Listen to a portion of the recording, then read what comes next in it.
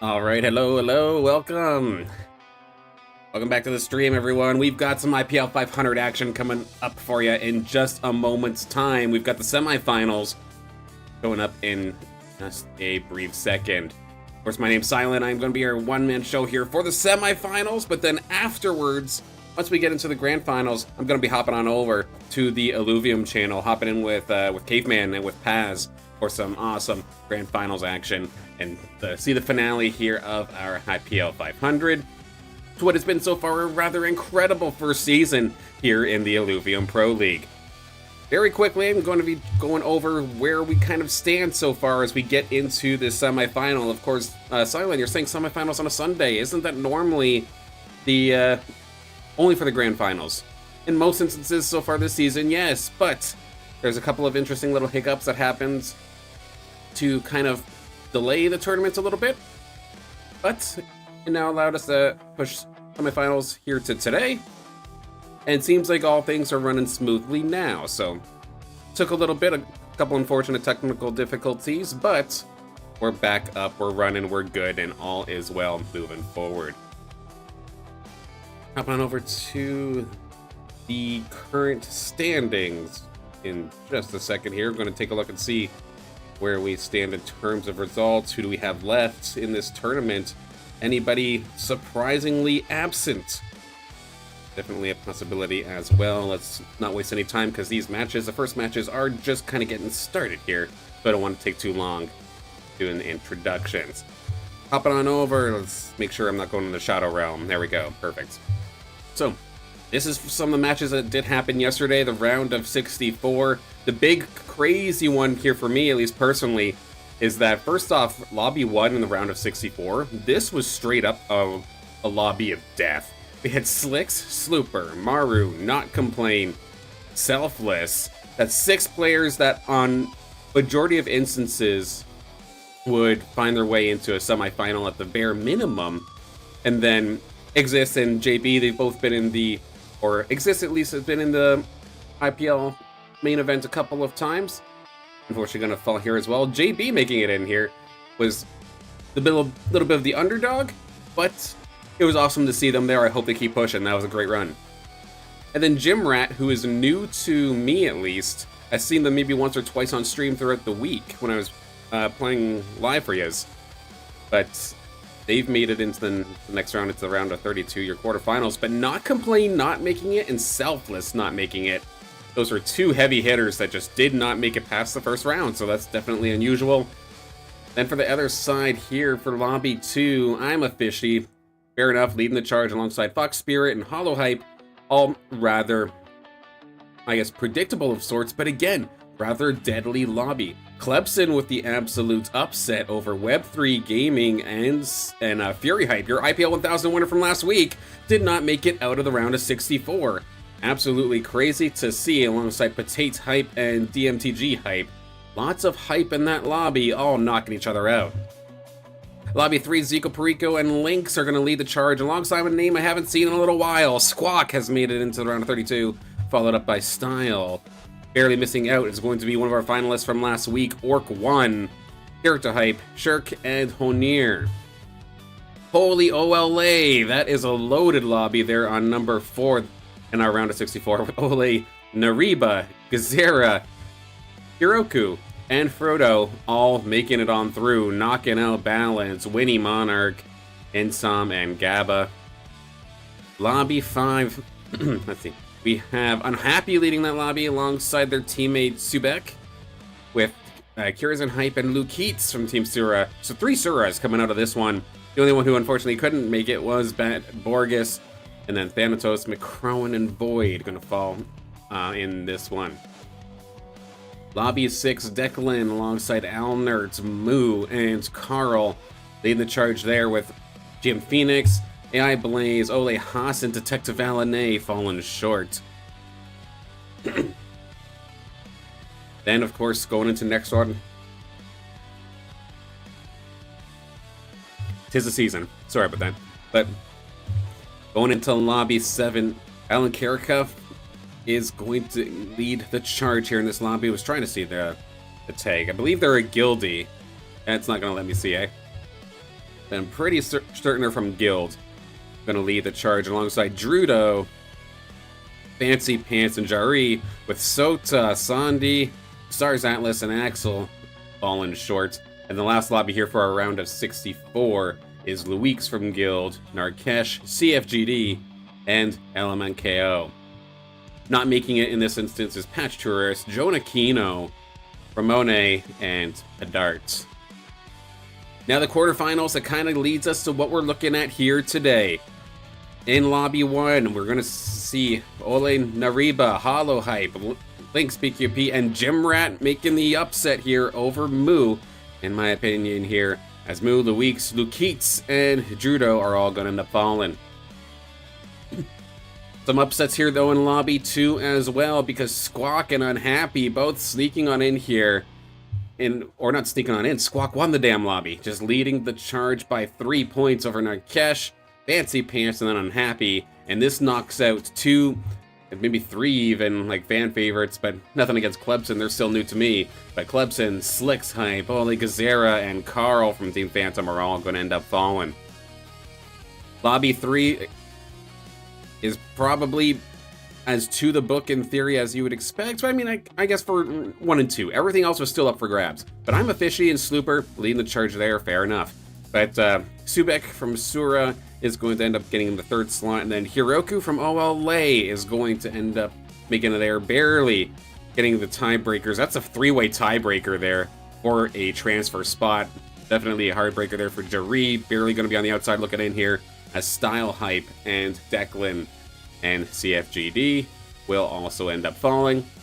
And last but not least here, lobby number 4, Ole Fruto going to lead the charge alongside Alan Karika from Guild. Sure enough, there they are. They are Guild. And then Zico Perico and Fox Spirit's going to make it in. Meanwhile, LMNKO, Maru, Alnert, and Krizin are going to barely end up falling short here in this instance. Which leads us now into our semifinal matches. We do have, it didn't quite show up. Let me double. Where are we? Brackets. Scroll on down to our semifinal matches. Then be a lot of matches. Bear with me for a moment. Quarterfinal. More quarterfinal. Semifinal. Here we go. Okay. So we have here Squawk, Unhappy, Frodo, Fox Spirit, Slooper, Subek, Hollow Hype, and Lynx PQP. And then this is kind of the one I'm interested in here down at the bottom. I might very well switch between rounds, but Narkesh, Fancy Pants, Alan Kerka, Zico Perico, I'm a Fishy, Hiroku, Nariba, and Gemrat. I think I'm going to end up hopping in with that one to start things off here. I think I saw that one of them is at Brightland Steps, so oh, it actually works out. Gemrat already getting eliminated in this one, though, so we're going to be hopping in a little bit later than I would have liked, but I literally woke up and started setting up, and I did not get live until the time that I did, so I'm definitely a little bit less fancy in terms of the overlays and such here for today. So I thank you for your patience with that.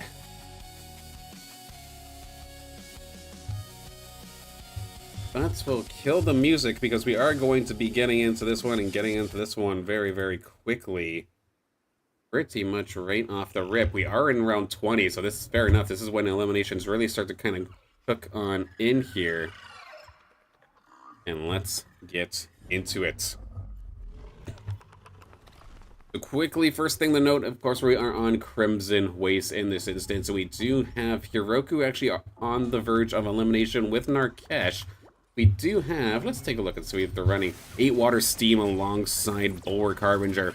And we have, of course, the Rake here coming out here from Alan Karika, who's trying to get the killing blow here onto Hiroku. The fact that that Rake is onto that Sin-Off is definitely problematic, but there's a Sin-Off on the other side that is going to be trying to get the job done nicely, and just like that, absolute evaporation.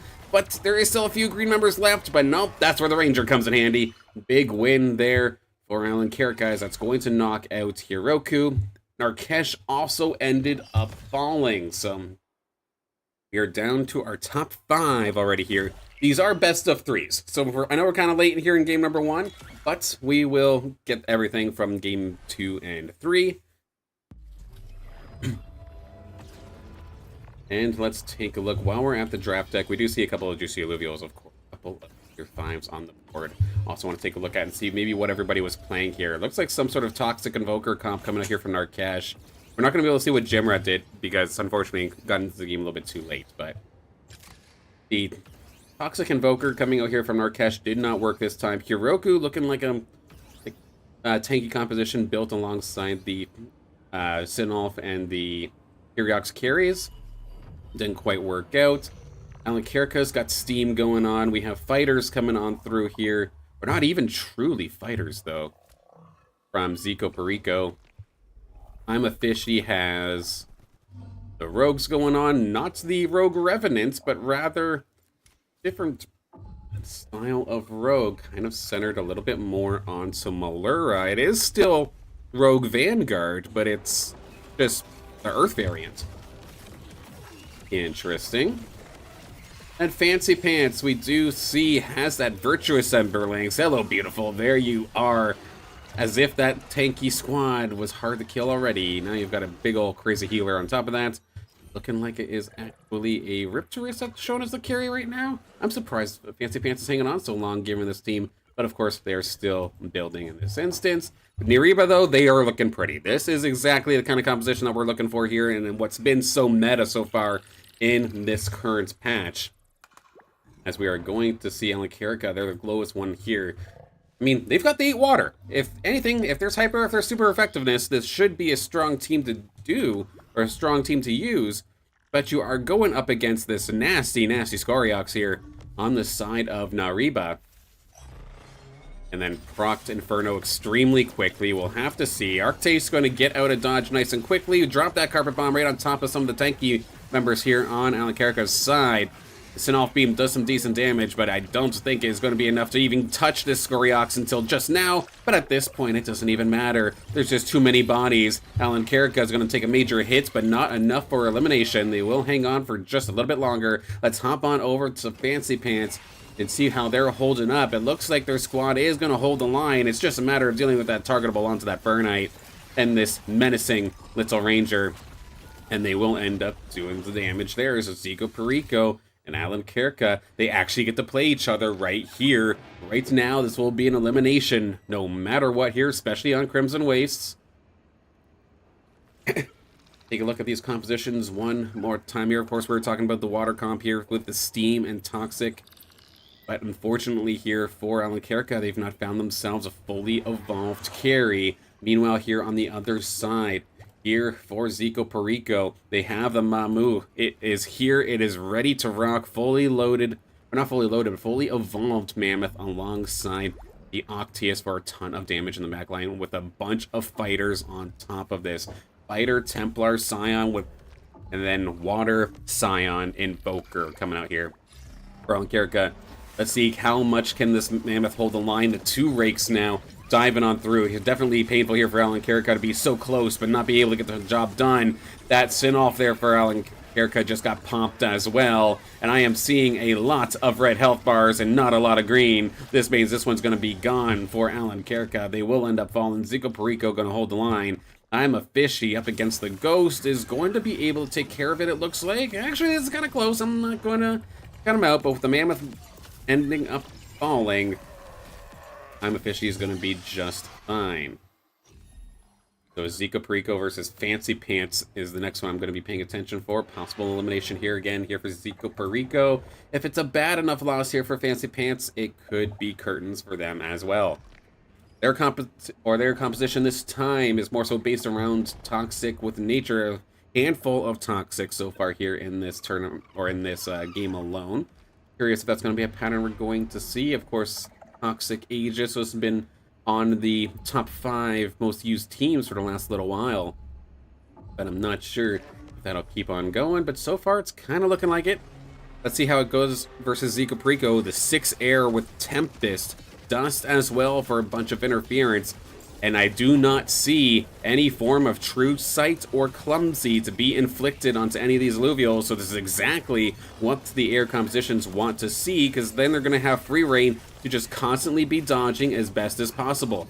It's taking so long. Octius has gotten so many shots off. That Mammoth just got 3 in that stun with some big damage. And because they've been able to hold the line for so long, they should be able to take this. The Mammoth is going to fall. Now it is down onto Riptorus. It's down onto the Crunk as well. But nope, there it is. Zico Perico going to take the win here, and that is not going to knock out Fancy Pants. It's going to bring them to 2 HP.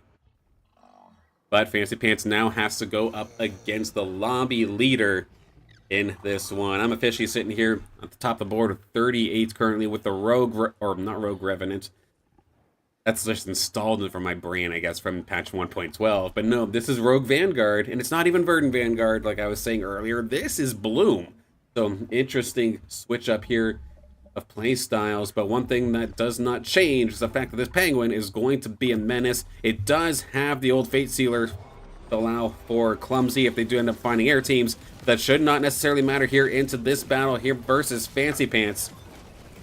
The Malura tanking here for the Penguin quite nicely. Ramfight goes to the skies, does some decent damage, nothing too crazy though. Riplance on the right-hand side, still rather healthy, swinging away quite nicely, and they're taking down a handful of these rogues, but it does walk directly into a charm, into a Ramfight Omega, and that is going to be the kill shot to not only Fancy Pants, but to Zico Perico as well. We have our final 2 here in this lobby. I'm a Fishy and Ole's Nariba. It's finally slowed down here. We hopped in and we hopped in hot, but our grand final, or not a grand final. Our final 2, what I should say.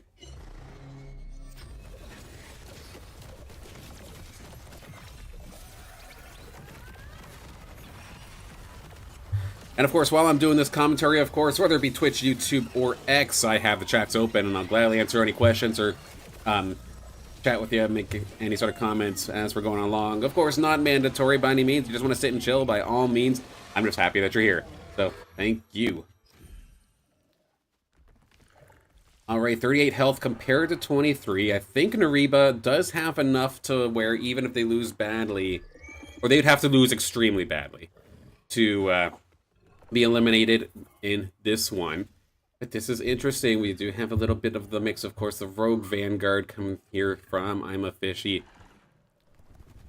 With some of their carries, of course, being rather well attuned to deal with fire units. Of course, Slashin would love to be able to jump onto that Scoriox. Heck, Malura would love to jump onto that. The Rake is there as well. And we do see the recent addition here for I'm a Fishy. A Forest is here as well, for a little bit of extra firepower on top of the rest of this. So will be an interesting one for Nariba to have to hold. We see lots of last minute maneuvers to try and get that Scoriox away from some of these brutal carries and to put that Magma where it could find the most value. Right now, it's just the Goliath that's on top of the Scoriox. Here comes a Ramfight. It does end up diving right on top of the Scoriox, but the Scoriox heals pretty much immediately. Everything right off the rip. It is augmentized to do so. And the Ramfight here on the side of Nariba with a fantastic cover Omega to stop the Penguin in its tracks. A big, big shot there, which will knock I'm a Fishy down to 18, which should be within kill shot now.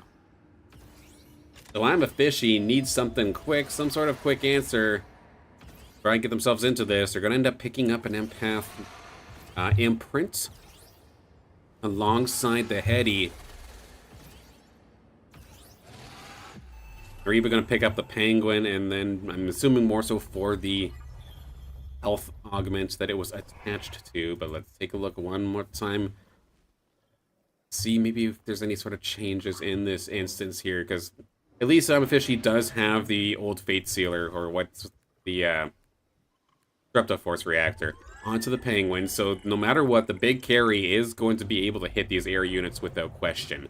But can it hit the critical units it needs to? In fact, the one that, again, that they need to hit the most is not even air. They need to hit that fire alluvial all the way on the right-hand side. Scoriox has been moved, and to be honest, the positioning here from I'm a Fishy, I do not think is going to be enough to actually threaten the Scoriox. They're going to try and have to Zerg Rush this. from front to back, which is not necessarily the way that rogues are used to playing things. Ramp fights both dive into the skies, and again the ramp fight is going to be able to shut down the penguin, which should leave that Scoriox completely free to just open season, fire on everybody. Ola's Nariba is going to win this first game.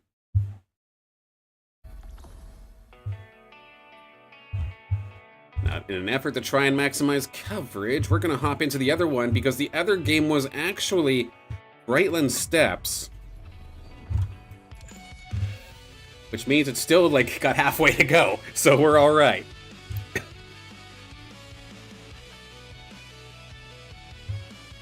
Yeah, it looks like we've only lost Hollow and we've only lost Subek. Everybody else is still in the game.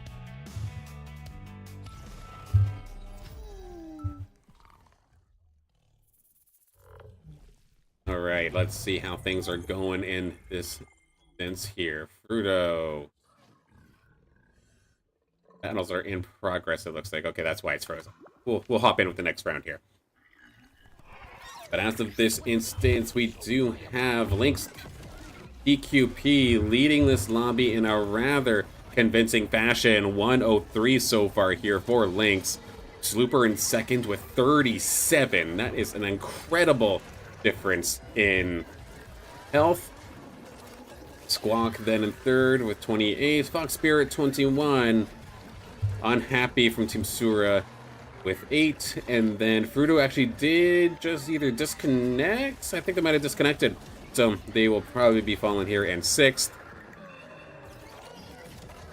Do think I have a little bit of an audio bug kind of coming on through. Let's see if it resets itself. It might have been because I was switching teams here pretty quickly. Oh no, Frodo's here. There we go. But yeah, they've got to go up against... Yeah, that's kind of painful. They have to go up against the lobby leader in this instance here while we wait for the rest of the teams to kind of load in so we can analyze what's been going on so far. Let's hop along here with Fruto and see if they can survive a little bit longer. Another Scoriox online. No wonder Lynx PQP has been on, or being able to fire on full cylinders. They've got basically full fire and magma on top of their Inferno and 6 air. What else could you ask for here for team composition? Fruto is going to end up letting that Sinolf fire directly towards the little squeeze over in the top right-hand corner. Oh, they have 2 Sinolfs actually blasting from side to side, but there's just too many fully evolved, crazy tanky alluvials. My poor little virtuous Floralinx even is trying their damnedest to heal, but there is just too much damage and too much tank to the team. That is going to be a big loss there for Fruto, going down to 6. Fox Spirit also getting eliminated. How about Unhappy? They are going up against Squawk. How is that going to go? Unhappy's also going to fall. So let's do a quick results refresh because that changed things up a little bit. That's going to be Fox Spirit in 4th, Unhappy in 5th, and then Fruto in 6th. Going to be Lynx versus Squawk in this instance for the Ghost battle, but let's see an actual battle in action. Squawk versus Slooper. I guess we'll analyze the teams a little bit later. We have, for the side of Squawk, Nature Verdant with a little bit of Granite, but 6 Scions, 5 Bulwarks, and Aegis and Invoker and Harbinger. Meanwhile, on the other side, Mud has been complete here for Slooper. They rolled, they gambled, they got the squad, but is it as dominant as it used to be? We'll have to see. This is a pretty devastating composition coming out here from Squawk. They've been able to hold the line so far. I see some green health bars fallen in this instance. The Exalted Monkir walks directly into the Sinolf beam, and that should be able to take down the big DPS here on the side of Slooper. Even with the Rip Lance, they're not going to be able to breach that wall. They will end up falling to 14 HP, now within kill shot as they go up against Lynx PQP. I mean, in terms of hyper, in terms of super effectiveness, this is exactly what Slooper would love to go up against. The only thorn in their side will be the Jotun, which, to be fair, is a major thorn in their side. And literally, they have an augment that gives them more. But it is going to be a tough one nonetheless. Just going to bunker up here with this fire composition. Try to just keep Scoriox alive. It doesn't necessarily have any legendary augments or anything. That's all on the Jotun, but even still, that extra magma, the extra firepower is going to be quite nasty. The taunts coming out here from the Exalted Gorilla is going to make things a little bit annoying, but this bunker is also rather extremely annoying. Riplance is trying to survive. It is extremely low. They've dove on through. They've broken the bunker, but can they break the Ranger? And can they break this ramp fight? When it goes up to the skies one more time, it does end up getting chopped down. Fur Knight versus ramp fight. Who's going to end up taking it? It's actually going to be the Fur Knight. A very, very close call, and that now does allow for the evolution here. Slooper found it. The Blazonite is online. So we've got 2 Templar now added to the mix here with this composition. Just to make your squishies that much tankier in the long run. The longer you keep this going. A big part about that fight, in my opinion, is the fact that Riplance was basically left alive for so long, and you cannot sleep on the damage output of the Ranger, especially the fighter version, being able to just chop through a front line like that.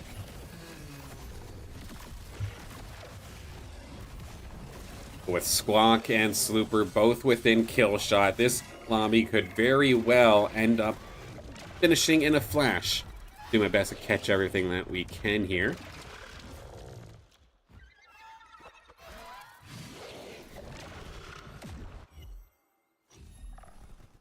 And Slooper versus Squawk is going to be the battle this time. So now, we'll for sure have a final table. A final 2. Lynx just finished a ramp fire. That thing is going to be nasty. Had that been evolved in that last battle, I think we would be in our final 2 right here, right now. But that wasn't the case, and we'll have to see how Slooper can adjust, or Squawk can adjust to the ramp fire now being online. Because I imagine that Lynx should be able to take care of the ghost of either of these players as it stands right now. But there are still a lot of tanky bodies here for Slooper in particular to have to break through. That Gnarl in particular looks absolutely nasty. We'll have to see the Verdant Harbinger style coming out here for Squawk. Can it get the job done? Lots of firepower in terms of Scions. Big shot coming out here from the Emberling Rod, but they are starting to lose some of their front line already. That Gnarl in top of the Verdant Puddle has been able to hang on versus this Riplance for quite a while, but it is going to eventually fall, which is going to release the floodgates to just absolutely steamroll the rest of Squawk's squad. Unfortunately, the 1 tank wasn't enough, or the 1 super tank wasn't enough, and they will end up falling, which means now our final 2, as Squawk falls in 3rd, will be Slooper versus Lynx. Maximum of 2 rounds left here in this one if Slooper can somehow pull this off. Barely did last time.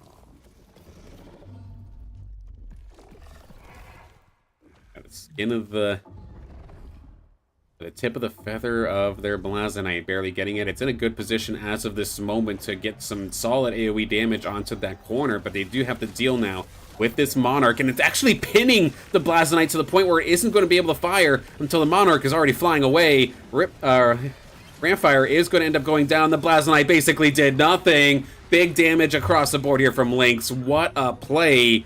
And that is going to mean that Lynx ends up winning the lobby here for this first game. All right.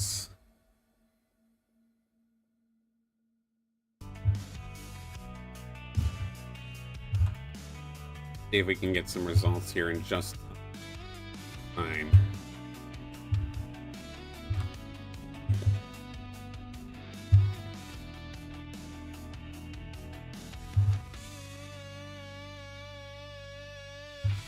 Wrong page.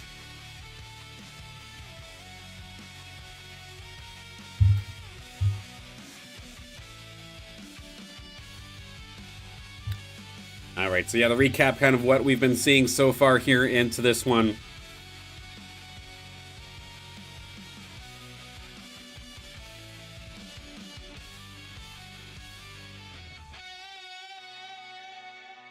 I guess, again, so Lynx took that one with a ton of health still left in the tank. They will lead alongside Slooper from the Guild Squad, Squawk, Fox from Atlas, Unhappy from Sura, Ole's Frodo, Sura's Stubek, and Hollow Hype. wrapping up lobby 1 so far here in, again, a best of 3, so none of these players are done just yet.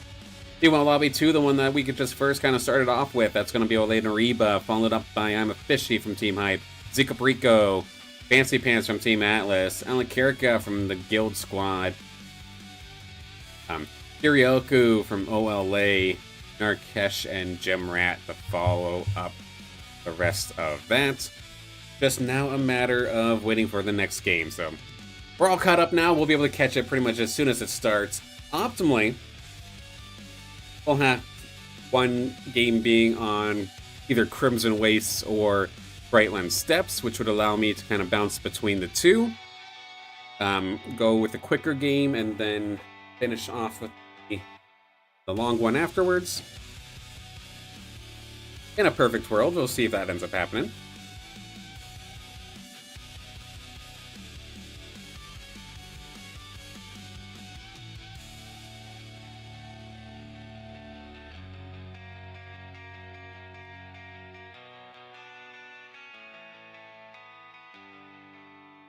But again, thank you to anybody who are already tuning in here to my, I guess, my surprise coverage of the IPL 500 semifinals.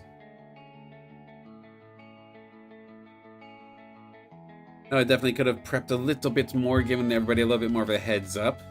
It was a little bit of a last-minute call.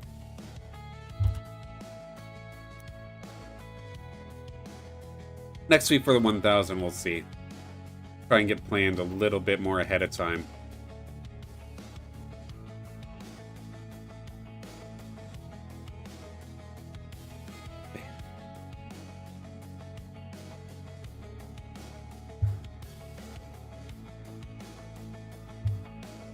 Gonna reboot my game real quick while I can. I always do after every 2 games, just as a superstition almost of sorts. And in esports as a whole, this isn't just me doing around Illuvium. No, I've done this with Valorant, League of Legends, Rocket League. I do it with everything. At every 2 lobbies or every 2 sessions. I guess Rocket League's kind of the exception because games go so quickly. But every 2 series in that instance. But I always reboot the game because for whatever reason, round number 3 or game number 3, however you want to call it, always crashes for me. I don't know why. So just to play safe, I always reboot every 2 games.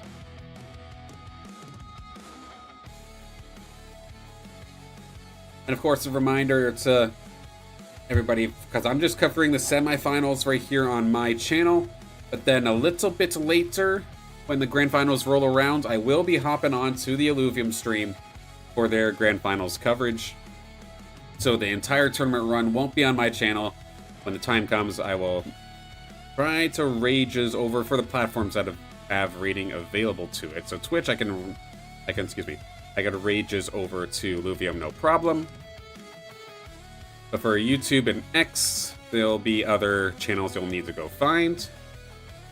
And that's what I wanted to see. We have Crimson Wastes getting started in just a moment's time here at Fox Spirits lobbies.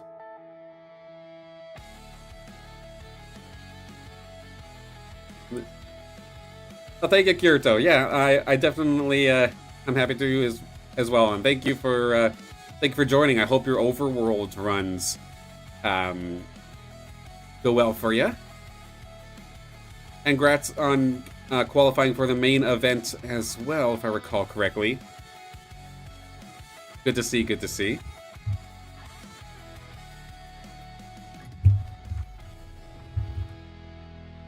The one thing that that's kind of funny, that I've had to adjust my brain to, of course, where I used to work when dealing with like college esports and such, I'm used to seeing OW and thinking Overwatch. So I'm like, oh, you're chilling a bit in Overwatch and watching IPL games. It's like, wait, that doesn't make sense necessarily for for Illuvium, but Overworld, it's Overworld, not Overwatch. But thank you again, I'm glad you like it.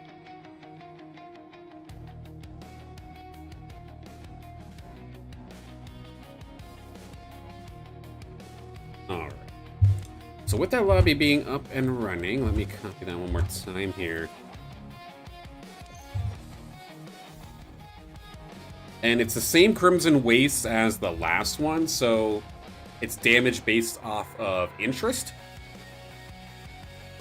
So the potential for seeing players kind of that are playing really heavily economy based, seeing them get beat down a little bit early is probably going to end up happening, but nothing too egregious. But then the counter swings that they bring later are going to be deadly, which still leads for a quicker game overall.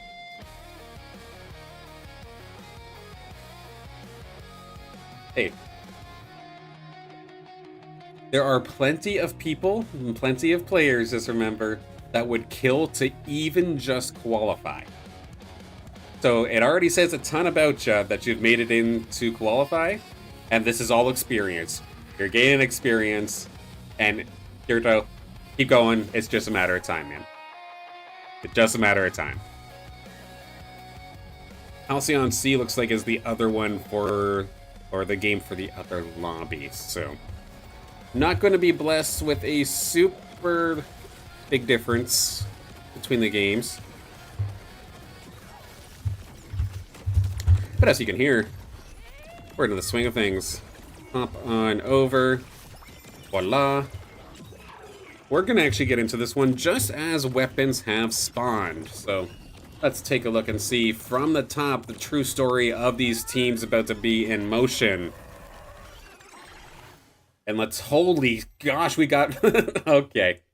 So, fire, and a lot of it. Water, and a lot of it. And then there's unhappy. So, to clarify kind of what I'm talking about here, so we have 1, 2, 3 boomerangs here being held by Lynx, Slooper, and Fox Spirit. And one more additional fire item is going to be picked up here by Subek, who does have the fire empath item. So something a little bit differently. They can at least pivot to some, well, they can pivot to some sort of different fire composition if they really wanted to. Meanwhile, here for Squawk, Fruto, and Hollow Hype, they all have water weapons, but at least they're different ones. Squawk is going to be picking up the Ripple Flail, so the more tanky Aegis style is definitely the possibility. Fruto picking up the Aqua Blaster, to me, is screaming Steam. Wants to go for maybe a Rake a little bit later on. But then Hollows is the one that interests me the most in this instance because it's the Water Fighter Gauntlet, which could translate into Toxic Aegis as well, but it could also translate very well into Mud. So I'm very, very curious as to how that's going to go. And last but not least is Unhappy, who's just going to forgo all the fire, forgo the water, and go for the Earth Rogue Maulers, do something similar to what we saw one of the players do in the last game. So it shall be cool to see. In this instance here, we do have Fox Spirit trying to take down Fruto. Does have that middle stage evolution there, that Fighter Lynx. This is the Relentless version, which is interesting to note because it's got the potential of being the Relentless Terra Lynx, so the Earth variant. And if you're going Mud, it'll fit right in, or if you're going Fighter, it will fit right in. Yeah, Fox Spirit probably can't go Mud. He's got the fire weapon, of course, so maybe not in that instance, but yeah. Yeah, that I'm actually extremely excited about. Of course, what Kirito was talking about in the chat, we do have a patch on the testnet, which in theory should, again, come out next week. If it does come out next week, it'd be absolutely insane because it does a handful of things. I had the chance to kind of read it over ever so slightly. I do want to talk about it a little bit more, maybe even in between games, or maybe I'll just talk about it a bunch on Monday, during Monday's stream. But, like, first off, with the main goal being to reduce game time, this is no longer going to be a thing. We're no longer going to have a carousel, which I am actually extremely thankful for. I never liked the carousel to begin with. When I saw it into the game, like, the way that I saw it was more so, oh, TFT has it, so I guess Arena has to have it as well. I'm thankful that mindset has gone. But a bunch of different gameplay styles. I know leveling is going to be a crazy one as well. How much credits it takes to actually level your character up and get access to these later stage alluvials They basically made it so it does not take anywhere near as much credits as it used to for the later stages. So finding level 9s and level 10 players, it's a rarity right now. But with this new style, maybe that very well could change. I know there's plenty of other changes as well. I'll talk about it more. I think Monday's going to be more than likely. Yeah, 60 less experience to get to level 10. That's absolutely incredible. So we are going to see more crazier compositions a lot more often, which to me excites me. And then I like the fact that they're just going to take Brightland steps out of the game. Let's be honest. As much as for the content creation side of things here, or getting the maximum coverage, I love it when one lobby has Brightland steps, because I can start with the quick game, then go to the Brightland steps game. Let's be honest.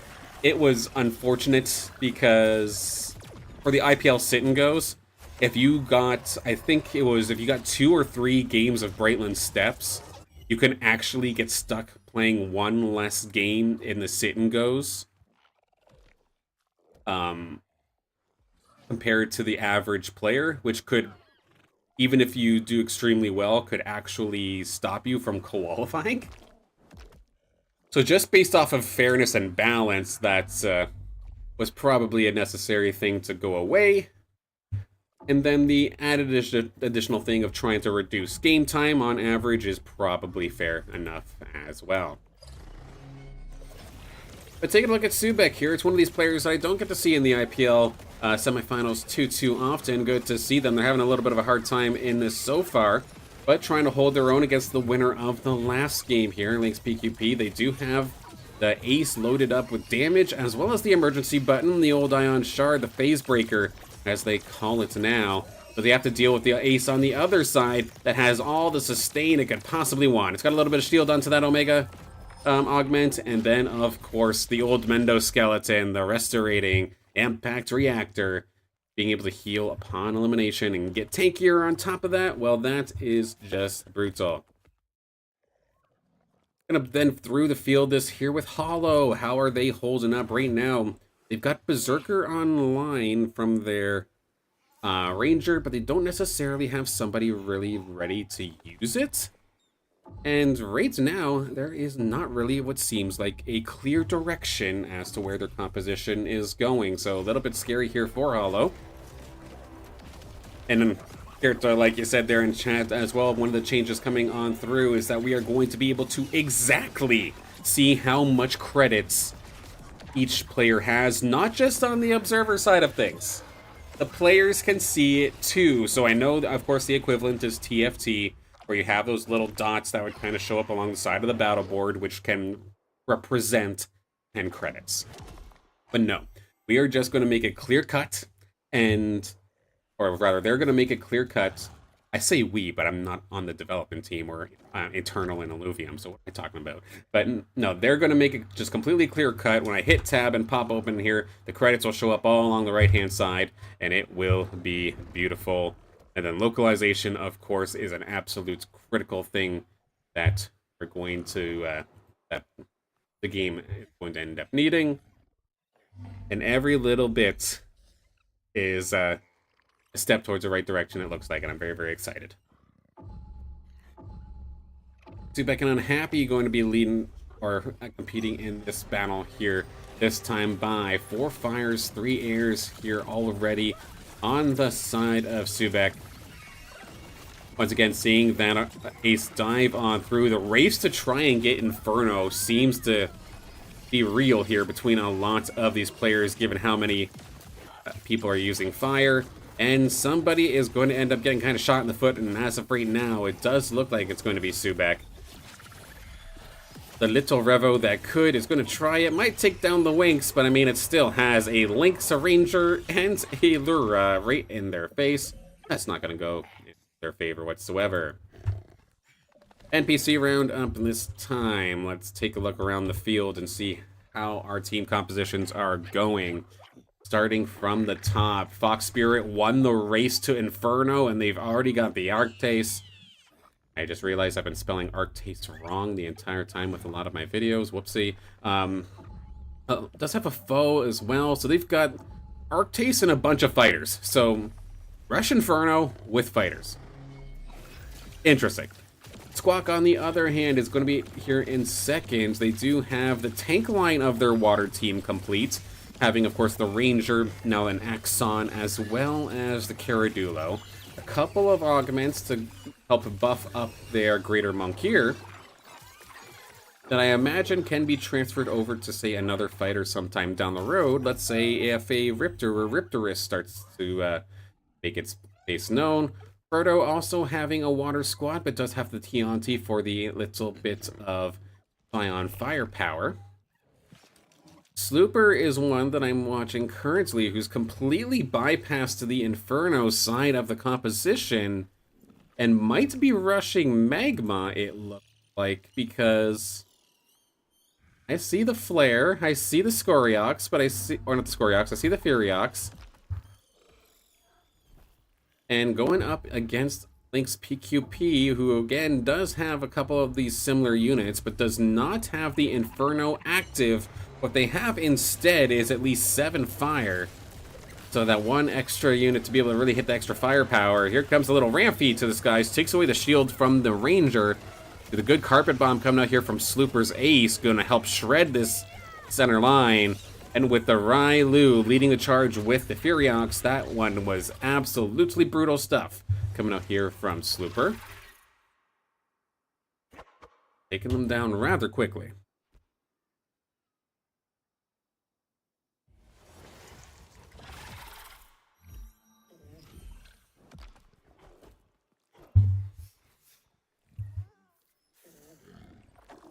Did see a Singe come online. That is going to be Lynx PQP picking that one up.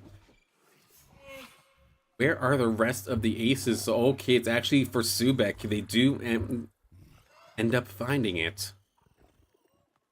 And that's great. They've got the Arctase, but what else do they really have right now? They did find the Quink, so that's kind of nice. But for the battle that we have in hand, one of those Arctases, of course, in the hand of Fox Spirit.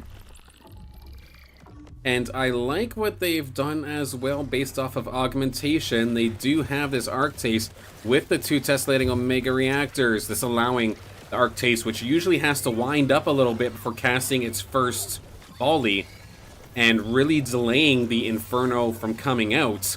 This allows it to supercharge that Omega ability, proc it, and gets that Inferno up and firing so much sooner.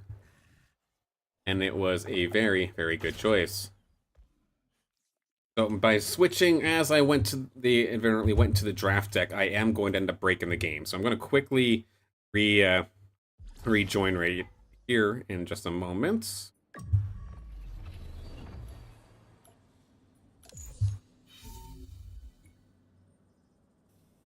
Tried to get too greedy, tried to watch too many things at once, and I would have ended up having Dancing Alluvials on the board. That's just what happens when you try to switch to a player too soon to the draft deck.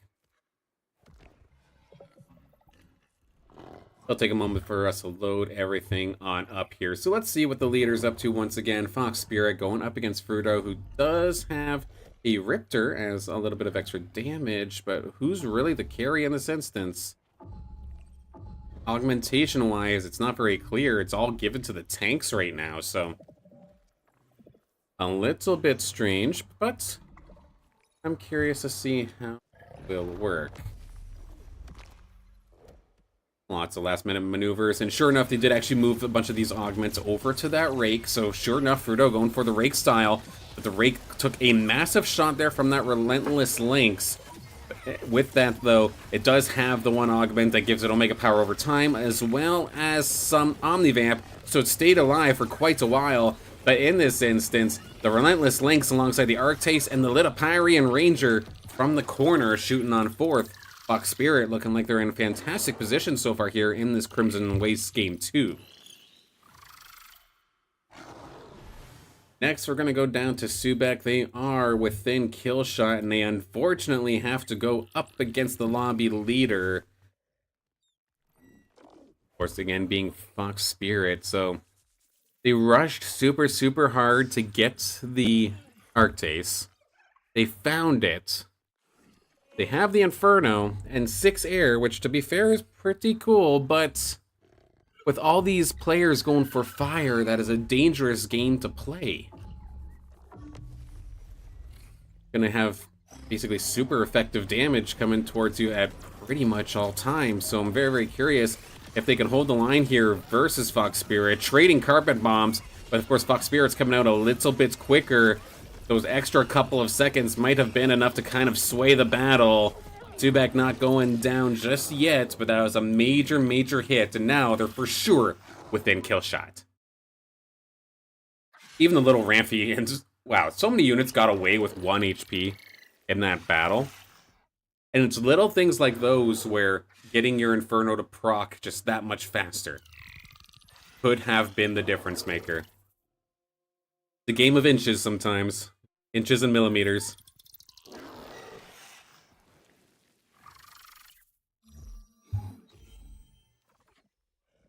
At least here for Subek, they do have a NPC round to kind of take a breather, which also gives us a second to take a breather and take a look at some of these team compositions coming up this time.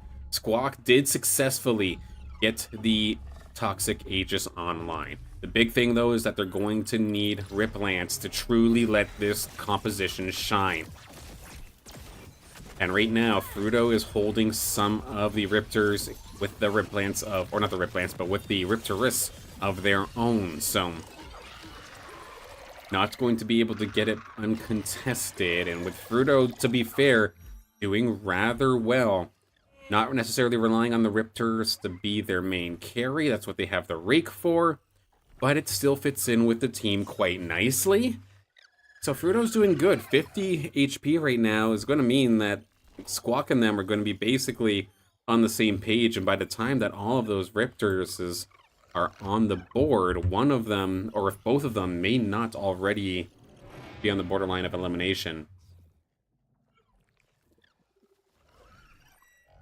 Speaking of the borderline of elimination here, Lynx PQP alongside Subek. Lynx, who of course won game number 1 in this lobby by a long shot, is having a hard time here so far on Crimson Wastes, but they're looking to maybe find the finishing blow here on to Subek. And looking at the team compositions, I feel like this one should be in the favor of Lynx PQP. The Arcanite is online, the Inferno is not for Lynx, but it may not matter. They just have too much damage. Arctase flying on through. That's a good old carpet bomb, but at the same time, Rampite and the rest of the squad just kind of deleted the rest of your team. So now it's just a matter of turning onto the Arctase. There it will go, and there goes the battle here for Subek. They will end up falling. A couple other notable shots here. Hollow is now down to 25. I haven't really taken a look at Hollow.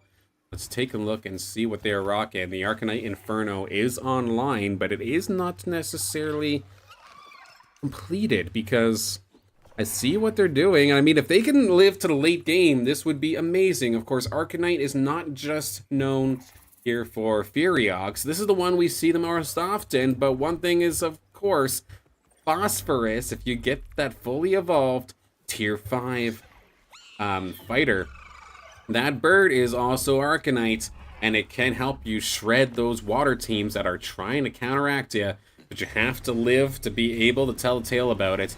Meanwhile, Rogue Revenant and Vanguard coming out here from Unhappy. Just a smorgasbord of all of our rogue combinations not going their way so far. The Arcanite Inferno is going to be successful at taking this down. Just a matter of getting one more shot here onto that Malura, and Hollow will live another day. But we do have potential kill shot here to one of our lobby favorites. Lynx down to 6 HP. Squawk in second currently with that Aegis Toxic style. And holy heck, do they ever have a ton of Aegis now, because that is a online Blotto and a a beautiful one and a beautiful hollow blotto. Quickly, can I quickly take a look at that beautiful front line? Heck yeah. Things guys look at and say, hell yeah. But we hop into this one here. They're going to have to spread out a little bit, so they can't necessarily focus their Aegis maybe as much as they would want to. But there should still be 2 Aegises going on to the Riptorus, who's taking a lot of heat so far here, trying to go up against his Jokul.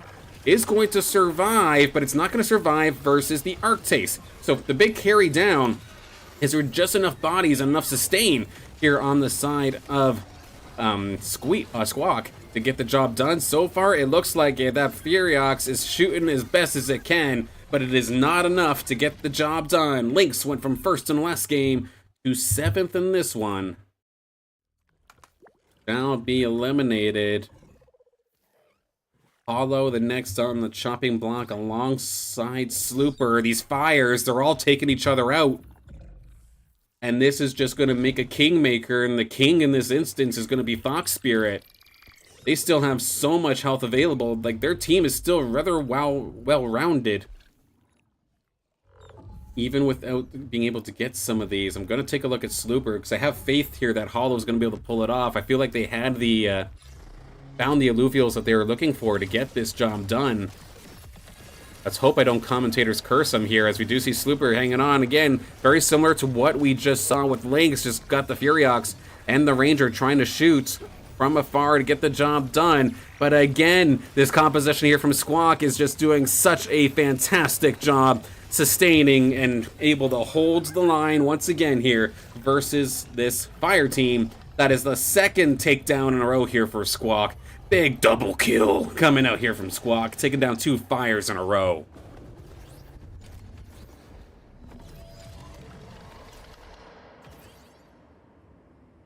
And Hollow, sure enough, did end up pulling through. I did not curse them. There we go. Good job, Hollow. Hollow, Frodo are the next 2 within threatening distance here. Hollow definitely... He's perfect Alluvium from now on. Vermiliere coming on through here from Unhappy. Nice little pickup. I don't normally type this guy up. Is it going to let me move? There we go. Vermiliere. The Anteater is here. And that just makes for such a tanky rogue composition, which is fantastic, and I love that they've even added some Omega power to this Vermiliere. Let's see if I can take a look. Nope, I'm gonna fly into the floor because I have potato aim. But, I might have smacked my stream deck while trying to move the camera. A skill issue at its finest. But that's what I was worried about. As soon as Unhappy finds an actual carry, then this team will get scary. They had this thing as a stab-in for the longest time. It is now a slash-in. It has some all-right augments. It has some safe augments. It doesn't necessarily have the most damage, but it has sustain, so this thing is going to be a killer. But we could have some kill shots, so I'm going to take a look here at Holohype versus Fox Spirit. The fire squads are going to take each other down once again. We've got the seven fighter Arcanite style coming out here from Fox Spirit. Meanwhile, more of a Templar-based one on the side of Hollow. Can they hold the line? Furiox versus Furiox going on through. The ramp fight is going to absolutely massacre the one Furiox. Now it is just down Holohype and the Bear, and the Ranger and the Roo Cub is actually going to be able to take a shot at Fox Spirit. Holohype will survive. Frodo does not. That's another spot on the board here for Holohype. Hanging on, but now Unhappy. They did not win that last one. And they now also have to go up against Fox Spirit.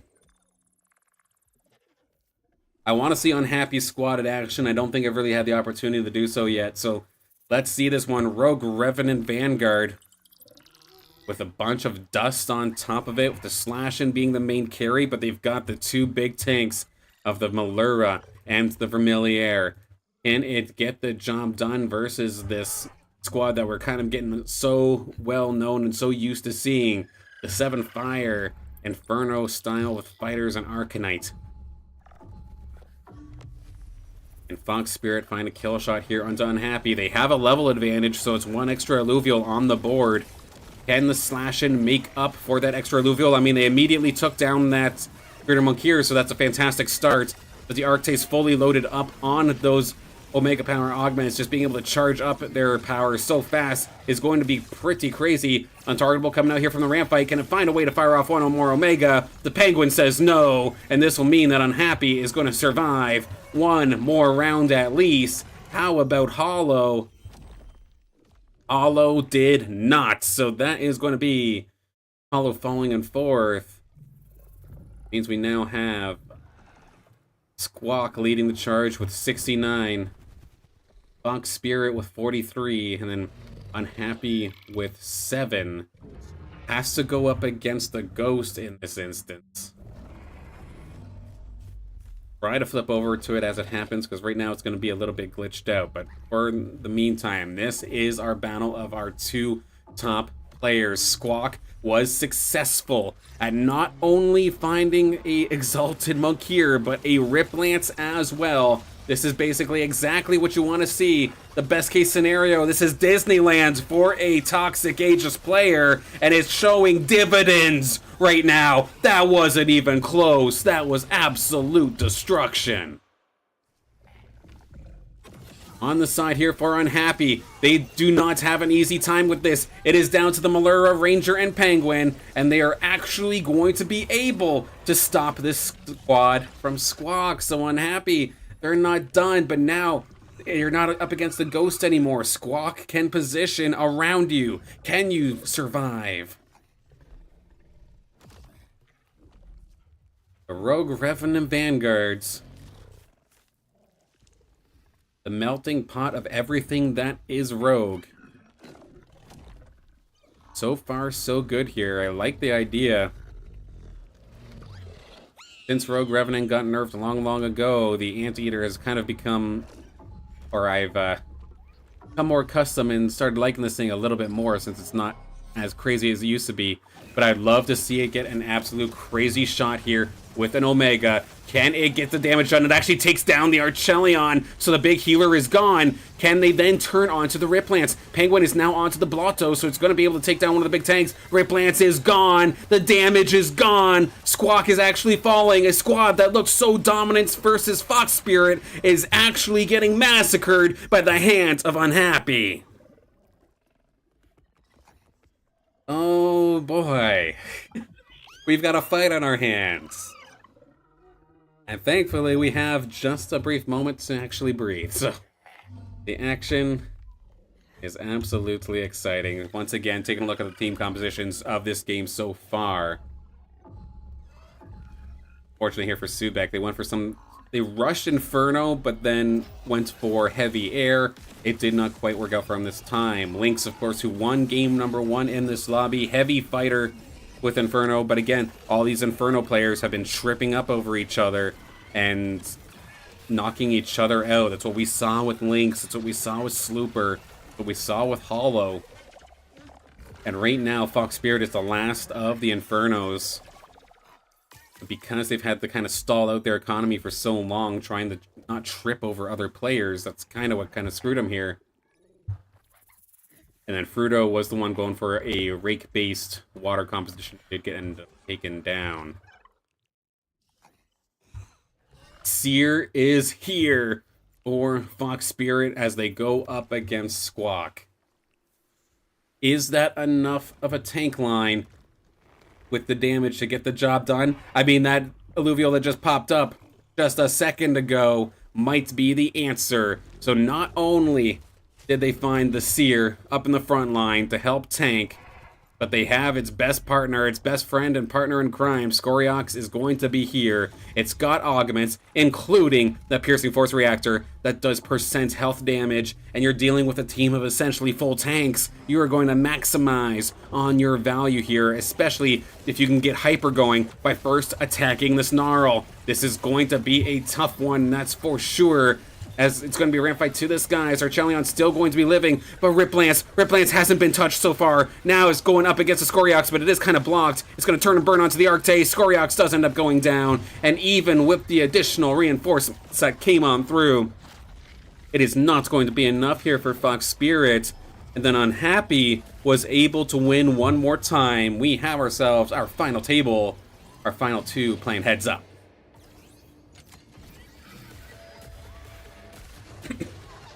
Unhappy going to scoop up the Polar Bear. Squawk has a handful of options. None of them are tier 5 though, so not necessarily the best case scenario in terms of a draft deck, but going to pick up an attack augment for themselves and call it a day.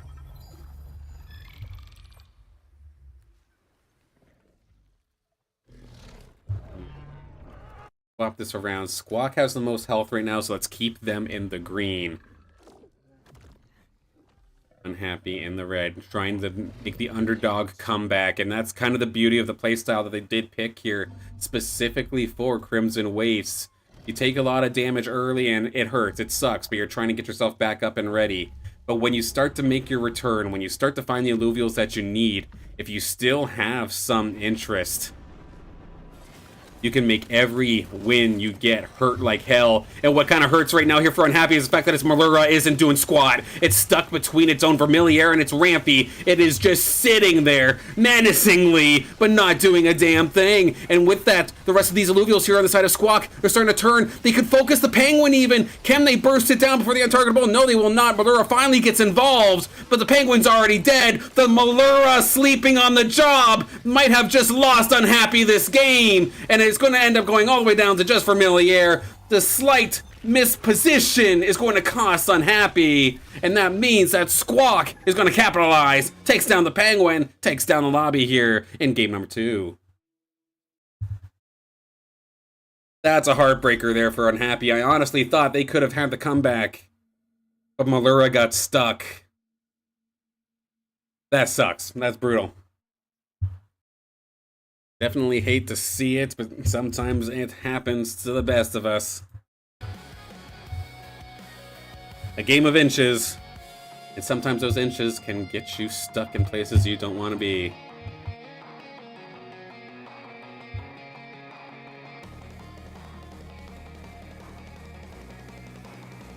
Quickly rebooting the game once again because I count the the exit as a game. Reboot, and then I'll see if I can hop into the other lobby's game. They are down to their top 3. I might be too late, but we're gonna try.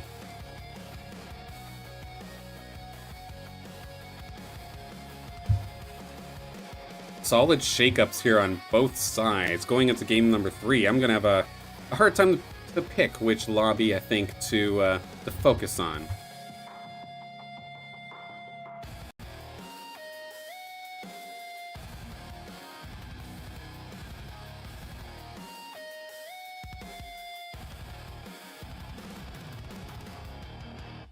Game of inches and millimeters.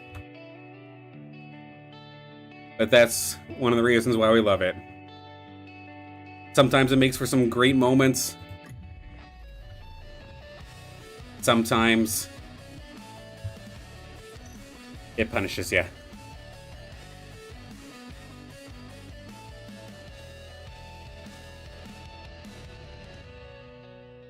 Absolutely.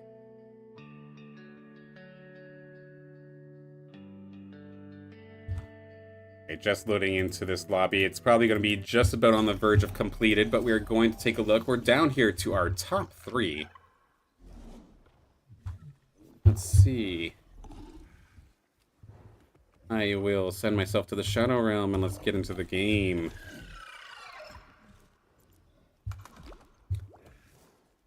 A quick tail of the tape, because it looks like I have a couple of seconds here. So I'm officially leading this lobby with Zico Perico short to follow, then Narkesh. It's going to end up being, here for Zico Perico, a Bulwark Scion-based composition that also happens to have an Umber. So that is kind of scary. Meanwhile, here on the other side here for I'm a Fishy, Frost is actually making an appearance, which we never really see as of late. But that is a Jotun, that is a Penguin, and that is a Ranger all focused on Frost. I actually really want to see this. We'll go over Narkesh here in just a second's time, but I want to see this Frost squad in action here with the Blazonites as well. that is going to absolutely be eating the Sinolf beam with the Octius on top. Absolutely massacred, but the key units, the Jotun, the Penguin, they were still alive, but again, so is the Umber. And that will be a big shot going towards I'm a Fishy. Narkesh did survive, so we'll get to take a look and see what they're up to as well.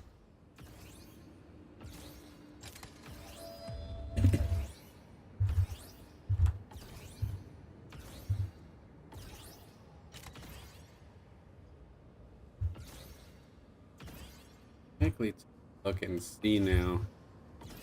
Oh yeah, right. It's not going to actually show me the rest of the team's compositions. Unfortunately, it came a little bit too late, but that is what it is. Let's see. Narkesh versus I'm a Fishy. Let's take a look and see what Narkesh is rocking.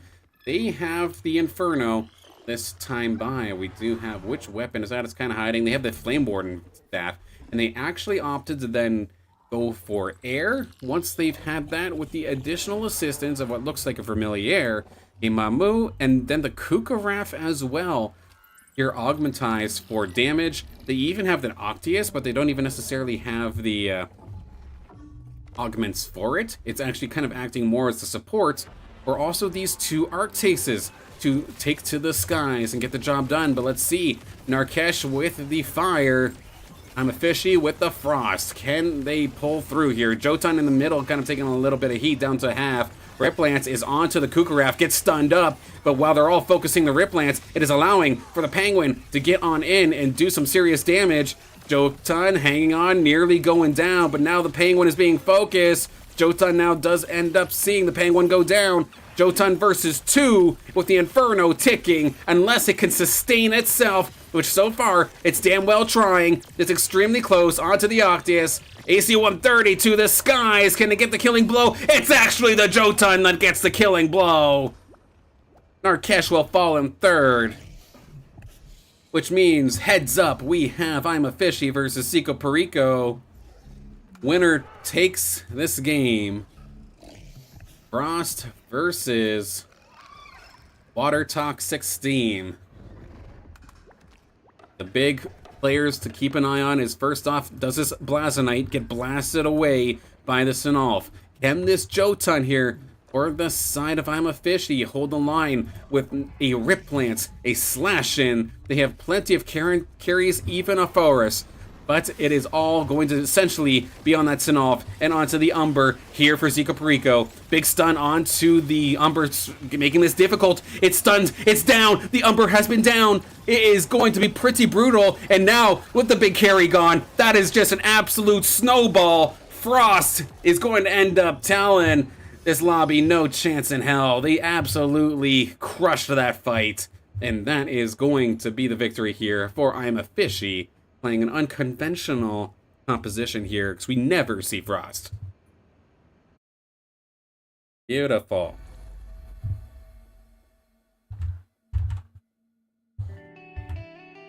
Imagine we'll have a score update in just a moment's time. Quickly refresh.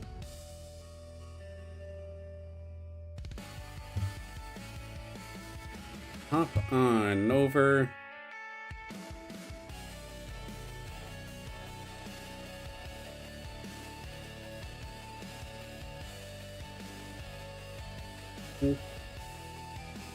I'll move my head here in just a second, but this is where we currently stand in this one.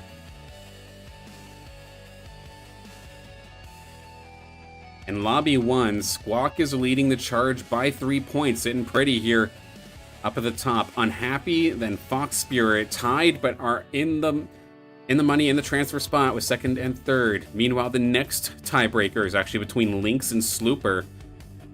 Both had a rough game number 2, and now they're on the verge. Lynx currently holding that 4th spot.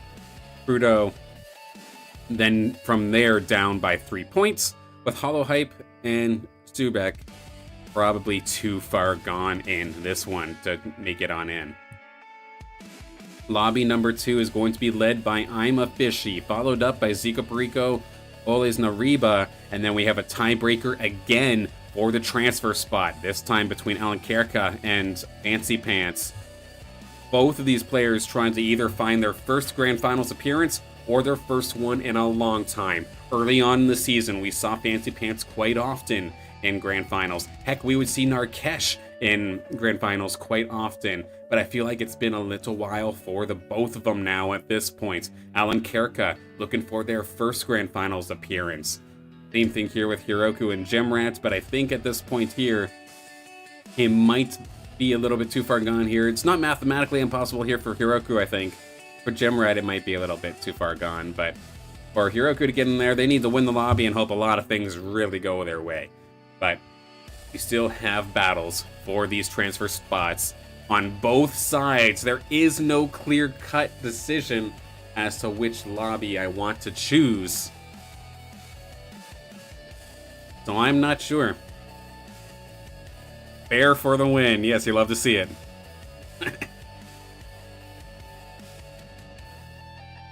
No, it's good to see Frost get some action. We hardly ever do.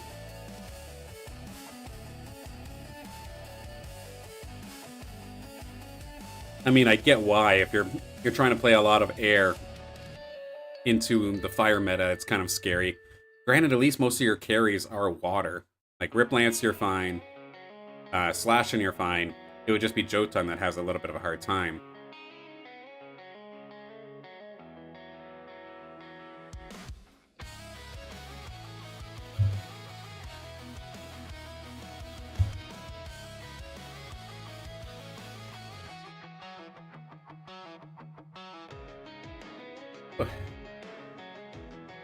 I'm going to take a look and see eventually what the games end up happening to be. I believe this is best of 3.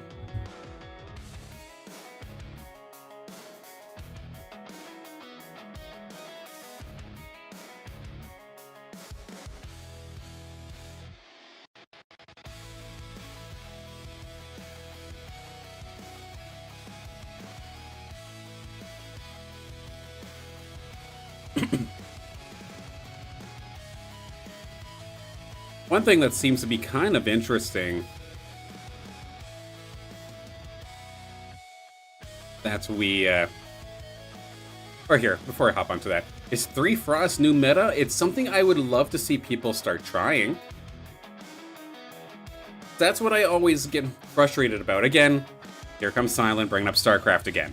But people are finding new metas in StarCraft Brood War, and that game's about as old as I am. You don't need a patch to save that game. So a lot of people like to cry. A lot of people like to cry and say that we need a new patch, this is overpowered, do this, do that. Why not experiment? Try some things and whatnot. That's why, at least when I'm personally playing ranked, like, yes, I know, like, I can go towards, say, the top 5 comps, and sometimes I do.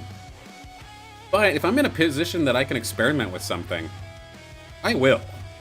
And if I lose, it is what it is. Like, it's just ranked, for example. Like, if I have the opportunity to go for Frost, screw it, let's go for Frost.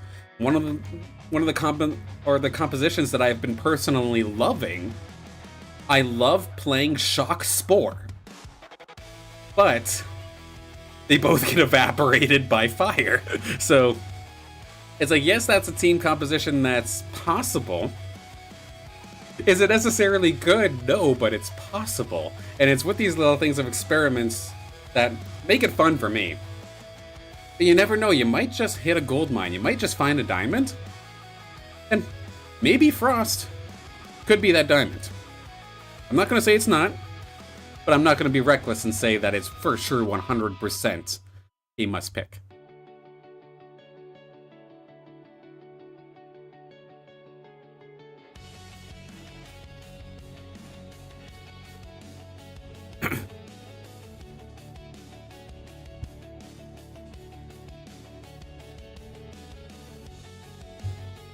Now, I was going to say, one thing that's kind of interesting and a little obnoxious, to be kind of honest, is that it sounds like there's a lot more, at least reports of players griefing each other in this tournament. I don't know if it's just because we're getting closer to the finals or what, but it seems like more players are completely willing to go out of their way to target other players.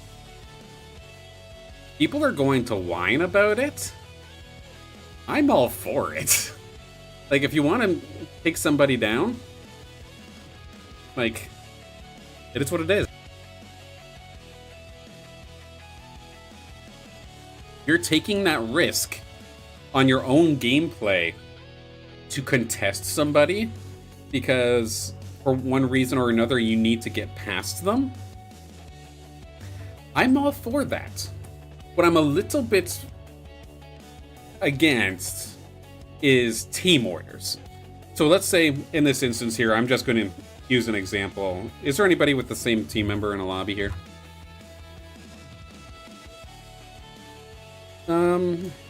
Let's see. But yeah, it's team... I don't think I have an example here because there's not much actual team overlap, which is a rarity. But if, let's say, if player 1 in this instance, I'm just going to use names, but just again, it just makes the example better. Like, you're completely allowed to, you can target somebody and contest them. That's fine. What I'm, like, it's not like you're intentionally trying to ruin your game. You're just playing that team composition that happens to contest somebody, right?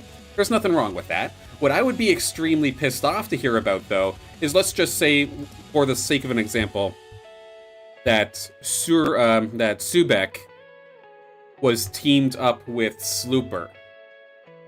And the big fight right now is for Lynx, for example. Like, I would be pissed, and I would find it wrong if team orders were put was that Subek was to contest Lynx so that Slooper could get in. If it was a situation like that, I would be pissed. That feels like match fixing. That feels wrong. But there's nothing wrong with just contesting somebody for the same team composition. But if there's like genuine like Discord calls or Discord messages where there's obvious intent to screw somebody for the benefit of somebody else, that's when I would get pissed.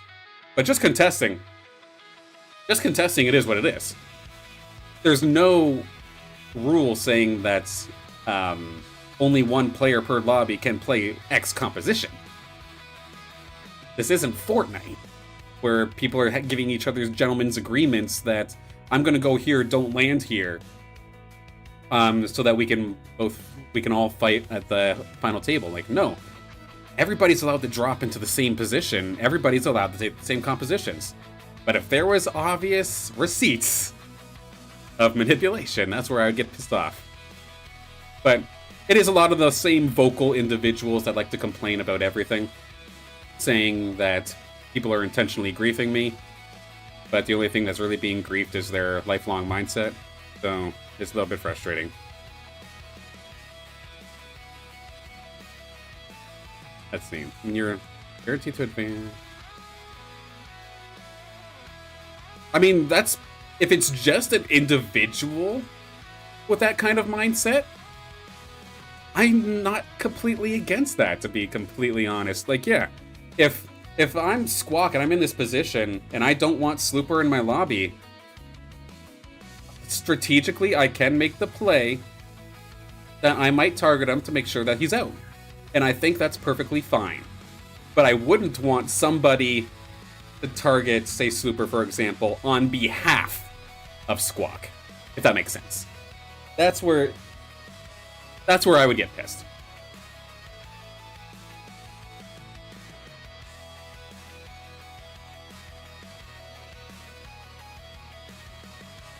It might be a little BM.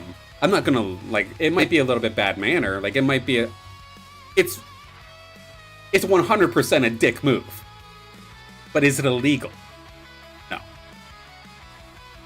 Oh, 100%. Like, I definitely agree. If I see somebody in one of my lobbies, for example, that I know is really, really good, and I see that they're stuck playing up against someone who's using, like, potentially their team composition, I'm definitely smiling a little bit, because any little advantage that I can personally get onto somebody who I know who's maybe a little bit stronger than me on average is wise. And that's what I'm saying here. Like, I don't think that anybody is actually contrary to vocal minority belief, I don't think there isn't any actual team orders going on. I'm just saying, if there ever was team orders, I'm using team orders, again, motorsports term, where one driver is trying to do something for the sake of another driver. But no, like, I don't see any of our teams, and I'm never going to accuse any of these teams unless I have actual proof that they are working together to specifically knock out individuals. That I would be very, very surprised. But that's just it, yeah. I'm always going to root for my teammate. 100%. That doesn't make it wrong.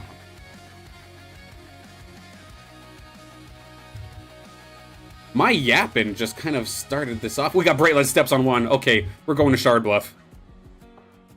This was a best case scenario for the sake of content. Let's get in the game. Draft rounds only spawn legendary augments. Oh boy.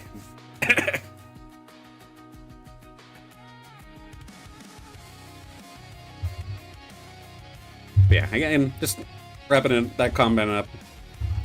If an individual wishes to target a player themselves and contest them in a game, there's nothing wrong with that. The only issue is if there's actual manipulation at hand in terms of a whole, like doing it on behalf of somebody. That's what would make me mad.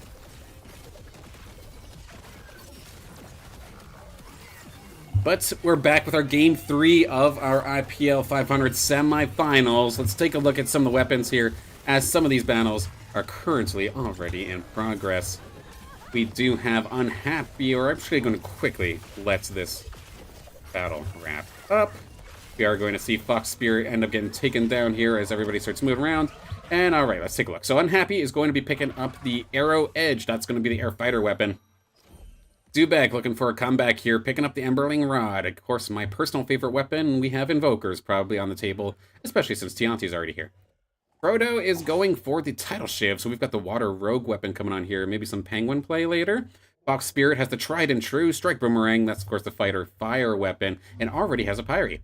We do have the Lava Gauntlet coming out here for Slooper with the Arcane Emberlings. Hello, beautiful. Here, ready to rock. That is going to be a brutal alluvial to have to do with so early, as I am very quickly going to just absolutely take my biases and watch that Emberlings fire a beautiful shot, completely whipping everything.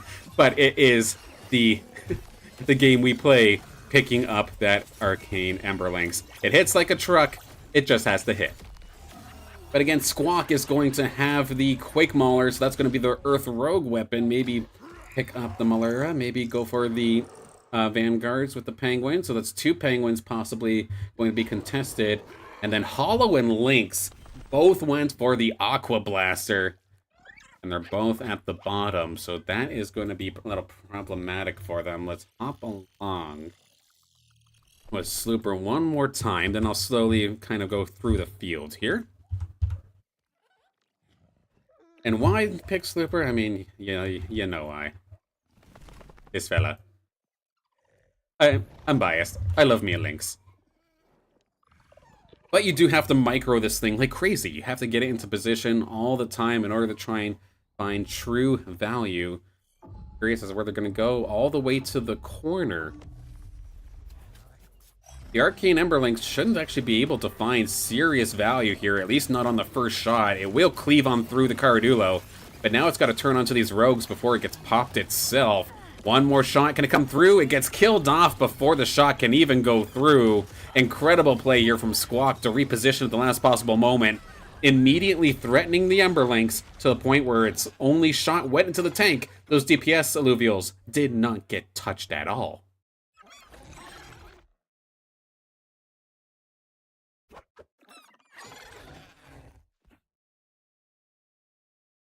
Couple more quick shots here. Hollow taking a heck of a lot of heat here.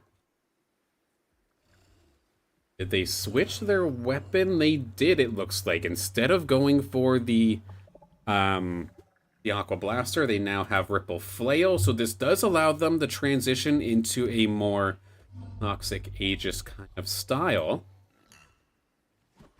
Is anybody else going for Toxic Aegis? I mean, technically no. So this could actually work out here for Hollow as a nice little pivot point. And they have a decent front line already. They've got Scarabok. They've got heals with the Archos. They do have a Cling. I mean, it's there. It could very well come on through here.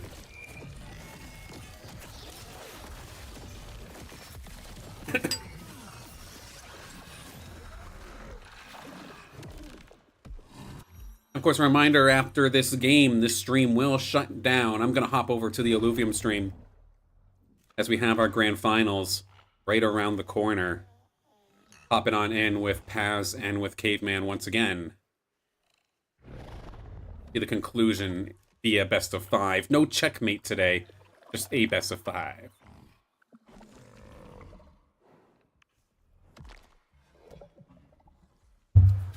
What'd you all think of checkmate? I know personally I loved it, but I'm also purely for entertainment side of things.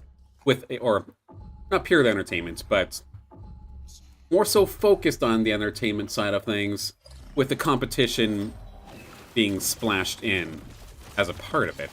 As we now have our next battle here. Hollow, let's see what you can do with your new little Ripple Flail. Loaded up Toxic Aegis. I believe they superpowered the little Riptorus, and it's shredding through Squawk, actually. Big play and good transition here from Hollow. Saw themselves in a bad position, and now they might be able to make a bit of a comeback for themselves before it got too far gone.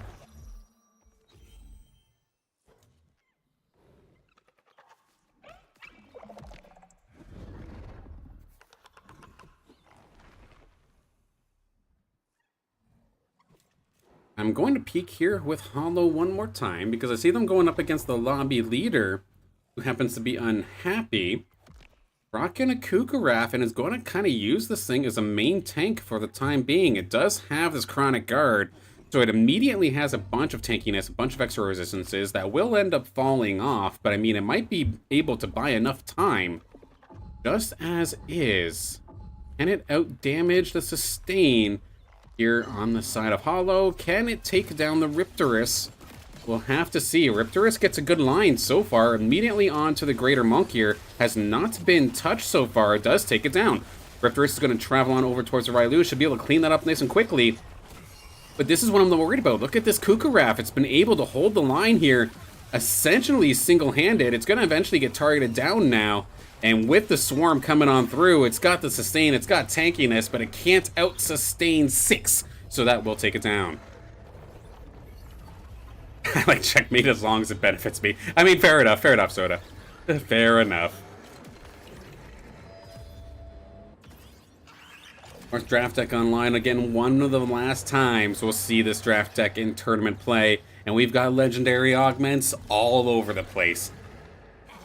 Squawk is very early going to pick up the absorption cells, the old eternal hunger, being able to just heal and get so much more damage on takedown. Not as good as it used to be, but it is still rather valuable. Devourer Core is quite nice as well. Fox Spear, finding that's going to be rather nasty. Fox looking for a good game to confirm their tournament entry. Sitting on 3rd right now. There is still plenty of players that can surpass them and knock them out of the tournament here. A scary spot to be, but a very scary spot is also here for Squawk, who's running Rogue Revenant. Of course, has the Earth Gauntlets instead. That is kind of crazy. I've not seen a Verdant Cleaver in any of our games so far here today. That is very, very strange, but so far so good it looks like here for Squawk. Let's get a better view of this here. That is going to be a solid Emberling Rod shot, but again, even with so much damage, they actually could not out-sustain the damage coming out from all these rogues. So good on Squawk to be able to make this Rogue Revenant style come back and still work. And this is honestly what I wanted to see when it comes to balance and stuff like that. Like, for the longest time, yes, Rogue Revenant dominated every single game, essentially, of Illuvium in patch 1.12. But I'd argue it wasn't Revenant's fault, because we also got composite imprints like candy. Being able, like, getting stuck here at 3 Revenant, for example, that's not terrible. It was always 4 that was, like, the issue, right? So, I'm glad the balance changes came through the way they did, where you can still use Revenant and not get completely clapped. This is what I like to see. As we now have Unhappy, they went for Shock, and that's what I like to see. Can they find some value? Riley up against the Penguin, but it does not have any augments to really help supplement some damage, but it does not matter. Again, that Kukaraf, being such a tanky and malicious little turkey, is just able to let the gyro and let the rest of the squad go on through, and Slayer is actually in this as well. We are seeing some different things here today, and I absolutely love it. Nobody goes for Slayer. Ever. The only time you have Slayer at all, it's not even a synergy. You just happen to have Slayer because you have a number. But no, the composition was actually made here. Riplance online for Hollow. They switched their weapon, went in the Toxic Aegis, and found the team super carry. What a play here so far from Hollow Hype. Fighting their way to secure themselves a spot, because they, in a best case scenario, they need, honestly, well, the easy one for me to say is they need a win, but they need a top 2. Or any chance, I feel like, to be able to break that top 4. Unless somehow Slooper and Lynx and Fruto all just drop the ball immaculately. Which is a tall task, because especially even as of right now, they're all in the top 4.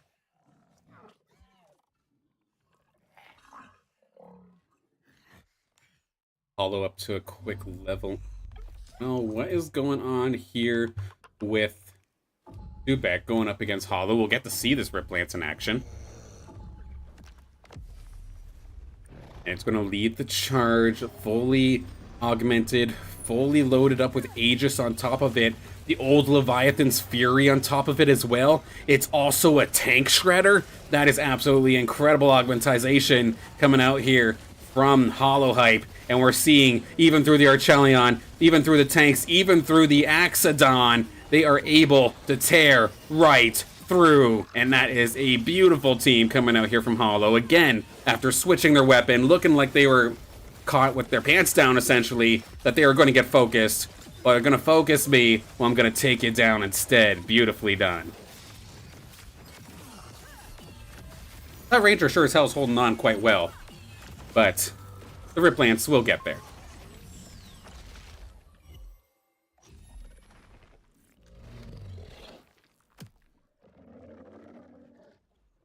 Or not. No shot that just happened.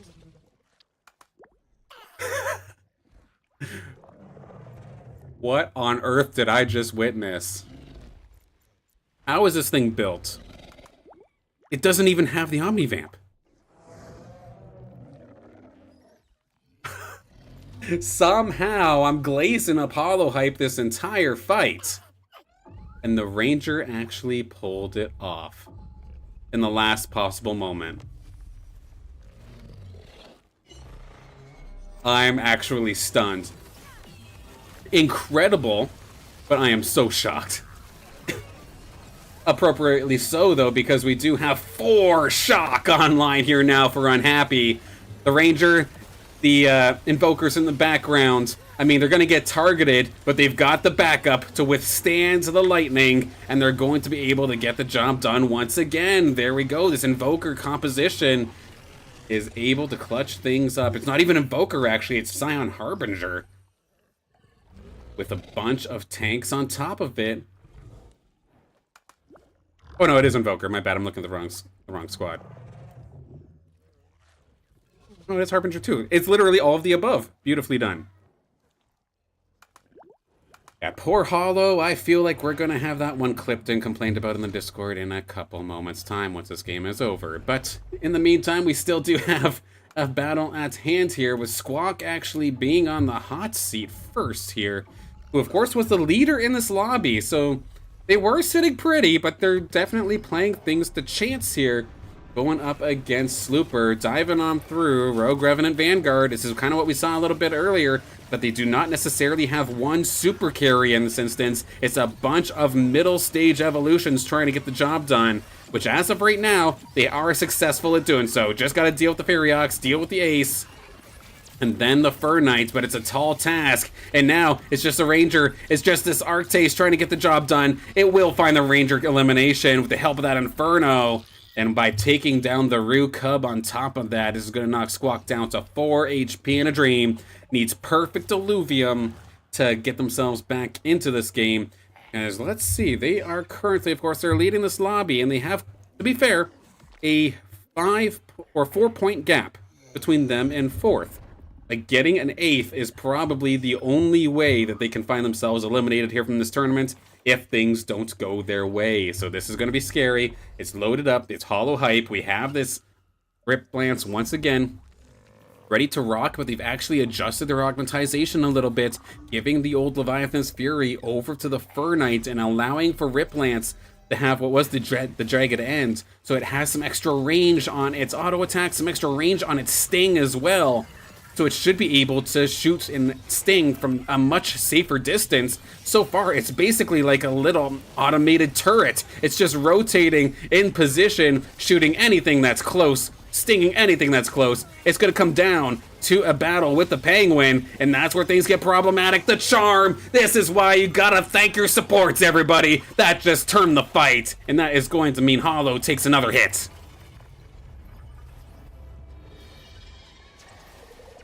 Oh, a good call there from Sota in the chat. The Ranger was Harbinger, not Invoker. So, by it being almost dead, it had an incredible Omega power buff. And if I recall, maybe some tankiness as well. So, a fantastic use of that Harbinger. Best case scenario there from Subek. I'm still shook at what we witnessed. That was crazy. It was a 3-on-1 at one point, but again, that's the Emberling Rod. You get a good shot, you get a good cast. It does some crazy damage, like the Arcane Lynx, for example, but sometimes it just doesn't hit its target, doesn't go off, or it only hits one target that's just not even near where you need it to be. Got a high ceiling, but a low floor in terms of value. Crazy, crazy, crazy. For the field, let's take a look and see what we've got going on in terms of team comps as we go through this NPC round. So Lynx loaded up with water in a fantastic position, has the Senolf ready to rock. Could in theory have Invoker if they wanted to, but I think they have Harbinger instead to get the steam for their Rake as well. Has a Riptorus here to help battle. Slooper is in second currently with a fire-based composition with the Arcane Emberlynx as well as the Ferriox. And Ramphyte's here as well, and it has the Legendary Augment for additional Omega Power and Crit. Meanwhile, Fox Spirit, they are also going fire. They're going for fire, Inferno Arcanite, and they found their super carry. The Scoriox is online. Bruto is currently in the process of working with chips, it looks like, so going to end up taking their stuff off the board. One of the other changes in the next upcoming patch that I am happy to see switched up. But in the meantime, we have our battle here with Lynx, who is back on top as of this moment with a Bulwark Harbinger Scion squad that also, of course, has this Umber that immediately just shredded the Quinks, taking it down. And an Umber versus a Penguin that even does have that Revenant chip on top of it, trying to play it like the old rogues of old. But can it deal with this Umber? It's got Omnivamp, but I don't know if it's necessarily enough Omnivamp. It's right there, and what a triple kill! But the Penguin, anyway, is going to be able to get the job done. This stabbing is going to keep Squawk alive in this game, and now Subek is there alongside them, down at the bottom. And Squawk, fully evolved, finds the slash in. This is the classic rogue. Rogue Revenant, it is here. Shard Bluff is giving everybody a treat here in this Game 3 of our semifinals. Can they breach this bunker, though? I know the ramp fight, it wants to. It's right there. It wants to dive on through. Can it get to those squishies? I like the positioning coming out here from Subek, though. Bunkering up extremely hard to try and stop any chance of that ramp fight sneaking in, and using ranged alluvials next to their ranged alluvials so that nobody has to move and give ramp fight a way to get in. They're going to be stuck right at the very, very corner, right on the left-hand side. Let's get a better look at this battle. We'll see the ramp fight take to the skies in just a moment's time. It's right next to Sinolf. It chunks it by half. It turns on Sinolf. It will take it down before that next beam really has a chance to come on down. Now it's just down to the Ranger and the Sephoris, but the ramp fight is right there alongside the rest of the Rogues. Rogue Revenant, welcome back. Absolutely slaying, and it's paying dividends here for Squawk, as that's going to eliminate Subek. It's going to eliminate Hollow Hype as well.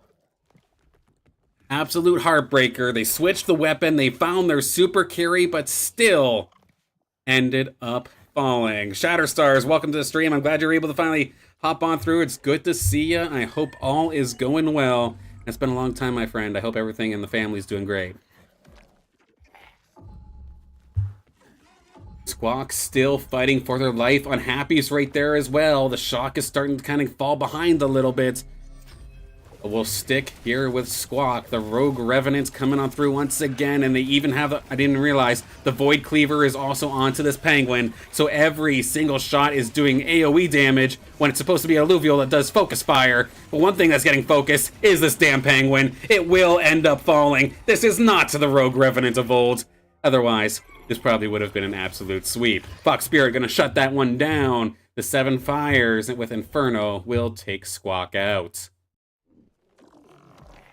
Frodo on the verge of elimination as well, also going for Rogue Revenant. How long has it been since I've seen a lobby with more than one Rogue Revenant? That is kind of crazy, actually.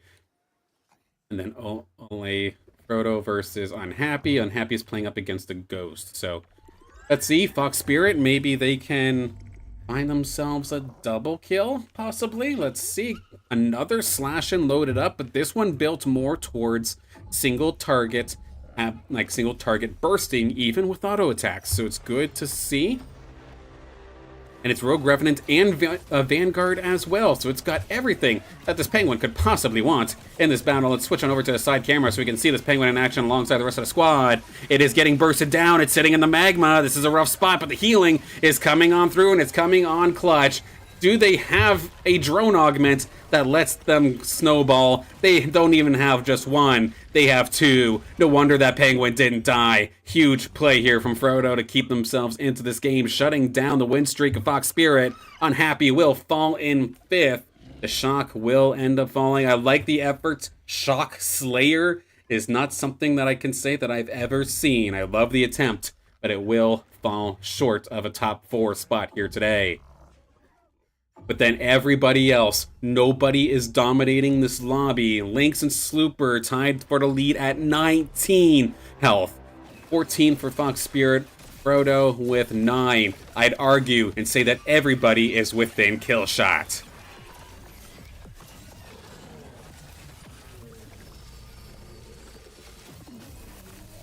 Oh, Busy is good. I'm glad you're doing all right. Those 6-day weeks can definitely add up, though. I hope the holidays lets you slow down at least a little bit in the upcoming weeks. But thank you for the support, and just happy that you're here. So thank you for joining. Duelef online here for Lynx, the possible finishing blow in this one could be kind of crazy. Of course, one of my favorite spellcasters here in this game, but of course, very volatile. It's got to find the perfect position to do the big old beam across the board, find as many alluvials as possible. But can they find the shot? I want to see this in action. They have natural, or they have 4 steam. We never, ever see this And with that, that is going to mean that Steam is triggering not every 6 seconds, but every 4, just constantly amplifying the damage. Duelist makes the final switch over to the other side. This should mean that that Fernite is going to be priority target number 1. Kamehameha, and it's gone! Sends it right through, and that is going to be at least 3 Alluvials taken down, but the rest of its teammates has basically fallen, except the Umber, except the Ranger. All of the Steam Alluvials will reign supreme and take down Fox Spirit, who needed a solid finish, and a third is not bad at all, because Frodo also falls, as they end up falling in 4th. Lynx versus Slooper. This is 4th and 5th on the tournament's results as of right now. Both of these players needing the best possible finish here to guarantee themselves a Grand Finals appearance. Fox Spirit getting 3rd puts them in a pretty decent position as well. But Unhappy being 5th. That's scary. That's very, very scary. Not guaranteed at all.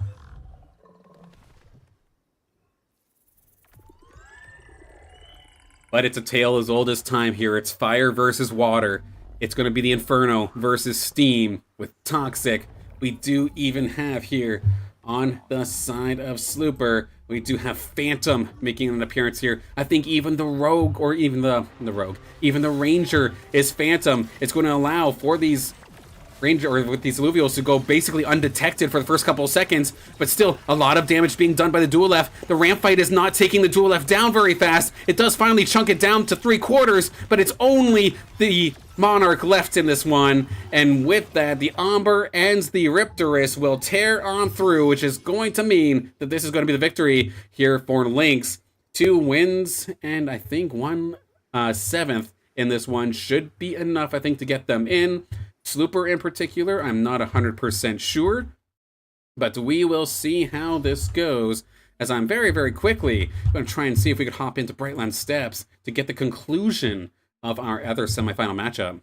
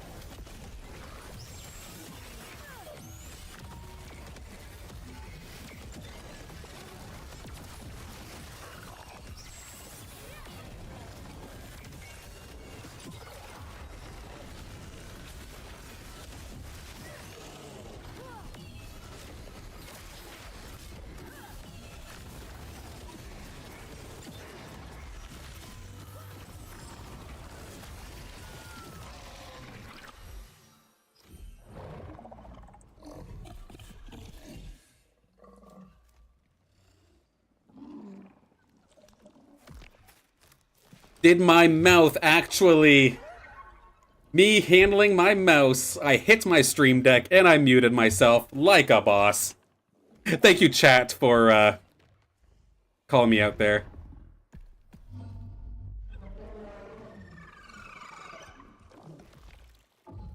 Whoopsies. Sorry about that, y'all. Thank you again for the heads up. I didn't realize I hit that.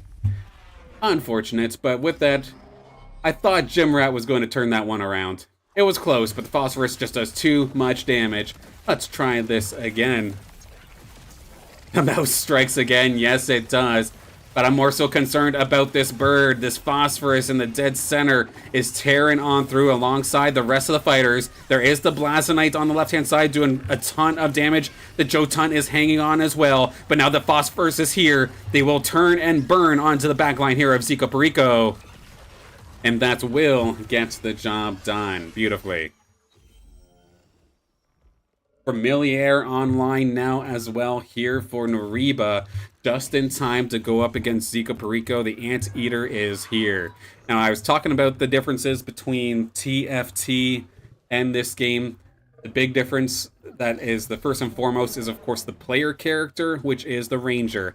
In a sea of creatures, it is the one thing that is not a creature, and depending on which weapon you happen to find, is a way that your Ranger character ends up playing. Like this one's a rogue, and it's going to be a dive buddy, a Vanguard dive buddy, as it tries to escort this penguin into the back line. Let's see if we get a sideways view here of this one in action. The Twine going to die right into the middle as per usual, but that Vermilier, it did a ton of damage, but is it going to be enough? Ramp fight to the skies once again, taking down two. The Blazonite falls. Everything is falling. Absolute destruction coming out here from Nariba. Going to send Zico Perico packing. And we're going to have a slugfest between two individuals that have a ton of health still in this game. 81.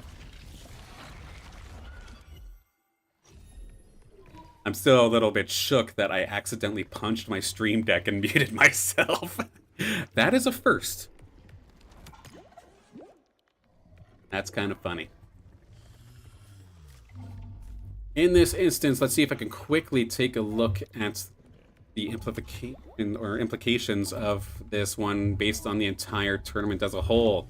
So Fancy Pants looking for the best possible finish they can because they need to pass Alan Kerka, which in theory, based off of this, I think they might have already done. But getting one more on the board would be a nice extra secure. I'm a Fishy falling in last is actually kind of crazy as well. That doesn't guarantee them a top four, even though they do have a pretty considerable points gap between first and fifth. But nothing is guaranteed. What a curse I put on Hollow. I was glazing him up so much, too. I loved everything that he was doing. And I'm so surprised that it didn't actually turn in their favor. A little heartbroken for him. I know I always make the joke that if something goes wrong with Hollow, they'll hear it in the Discord about 5 minutes later, but no, I was generally loving to see what they were doing, and unfortunately, it did not quite necessarily work in their favor this time by. We are now with our heads up final two, 81 and 61 respectively. Rogue Vanguard versus Borg Aegis. Gary, of course, being the Umber here and the slashing for Nariba. Meanwhile, on the other side, there is quite the handful, especially, again, the Phosphorus. Need to see this bird in the bottom left corner do some work, but right now it's trapped between a Vermilier and its team. It's going to be able to break free. Can it turn onto the Penguin? The Penguin does have the phase breaker, so it will be untargetable in just a moment's time. Never mind, it already got released from its untargetable, which means this Bulwark squad with the Phosphorus and fighters is going to be able to turn on the Rogues this time. A back and forth battle. We have 2 more rounds in this one at most. Because, of course, once we hit round 35, the minimum amount of damage, I believe, is 50, which, given the amount of Luvios in the board as well, makes it basically 60. So even if you have, like, 50 health, you will be one-shot by that round as a overtime sudden death kind of mechanic. So, either way, 2 rounds, we will probably see the finish. Couple last minute positions as we dive on through. Let's take a look and see where they end up landing. Where is the Phosphorus? It's all the way on the other side. It has Rip Lance as an escort. A best case scenario here. It's on top of the Umber. Can it get it? Ramp to the skies. It's not actually going to do that much damage, so it will end up kind of falling in this instance. Once again, the Untargetable coming on through for the Penguin. They could turn onto the Phosphorus. Rip Lance isn't there to escort it this time, so now this is giving the chance here for the Penguin to sustain. Can it find some extra health? No, it will not. Rip Lance is going to come on through now this time with the Lolura and the Fernite as backup to get the job done. In theory, I think this is still anybody's game. And Sota, I think you're right on that last one. I think the Untargetable came out too slow. It got bursted. Absolutely. Now, even given the situation here, like I said before, Fancy Pants might have 61, but I would argue they are still in kill shot. So this very well could be our final battle of the semifinals. Lots of last minute positioning. Where is the Rip Lance? Where is the Phosphorus? Right on the left-hand side. Let's get a close look at that. Why don't we? As we see Vermilier diving directly in there. The Malura is here as well. Where's the Charm? It's going to go underground, do some decent distractions and chopping. Good shot there from the Vermilier as well. Can the ramp fight be the wombo combo they were looking for? Not quite. Phosphorus is still alive. Penguin and Umber, though, they've been untouched. The carriers here on the other side might be able to get the job done. Phosphorus, it has all the damage, but it has no emergency button, but it doesn't need it. It's not focused. It's the Ranger and the Blotto taking all of the damage, and with that will be game by -51. Big damage coming on through, which is going to allow for Fancy Pants to get themselves, I believe, into this grand finals with a fantastic win. Toxic Aegis coming on through, completely clutch. Not only just the Rip Lance, but you also had the Phosphorus. You love to see it. Meanwhile, down at the bottom, oh, that feels bad. You have 3 people contesting you with Aqua Blasters, all going for Water Scion-based compositions. That hurts, and it might cost I'm a Fishy our current IPL points leader, so I'm going to be very, very curious to see how that one ends up going down. I gotta see, though, if Paz is trying to call me, though, because I imagine we're trying to get set up here in just a moment's time. We are getting set up, so this is where my stream ends, and I thank you all for hopping on in with some early coverage here of the IPL 500, the semifinals. My stream's over for now, but I am going to Alluvium's channel to do some commentary alongside Caveman and Paz to wrap up our tournament here today for the IPL 500. Thank you all for tuning in. I do plan on doing this again next weekend for the IPL 1000, get some early coverage on if possible, and of course I have my regularly scheduled streams on Monday and Wednesday mornings. So look forward to seeing you again. Drop a follow or a sub on YouTube if you want to hop in and hang out again. It shall be a fun time nonetheless. I know we're going to talk some testnet patches in the next one starting off on Monday. Some big changes coming to Alluvium.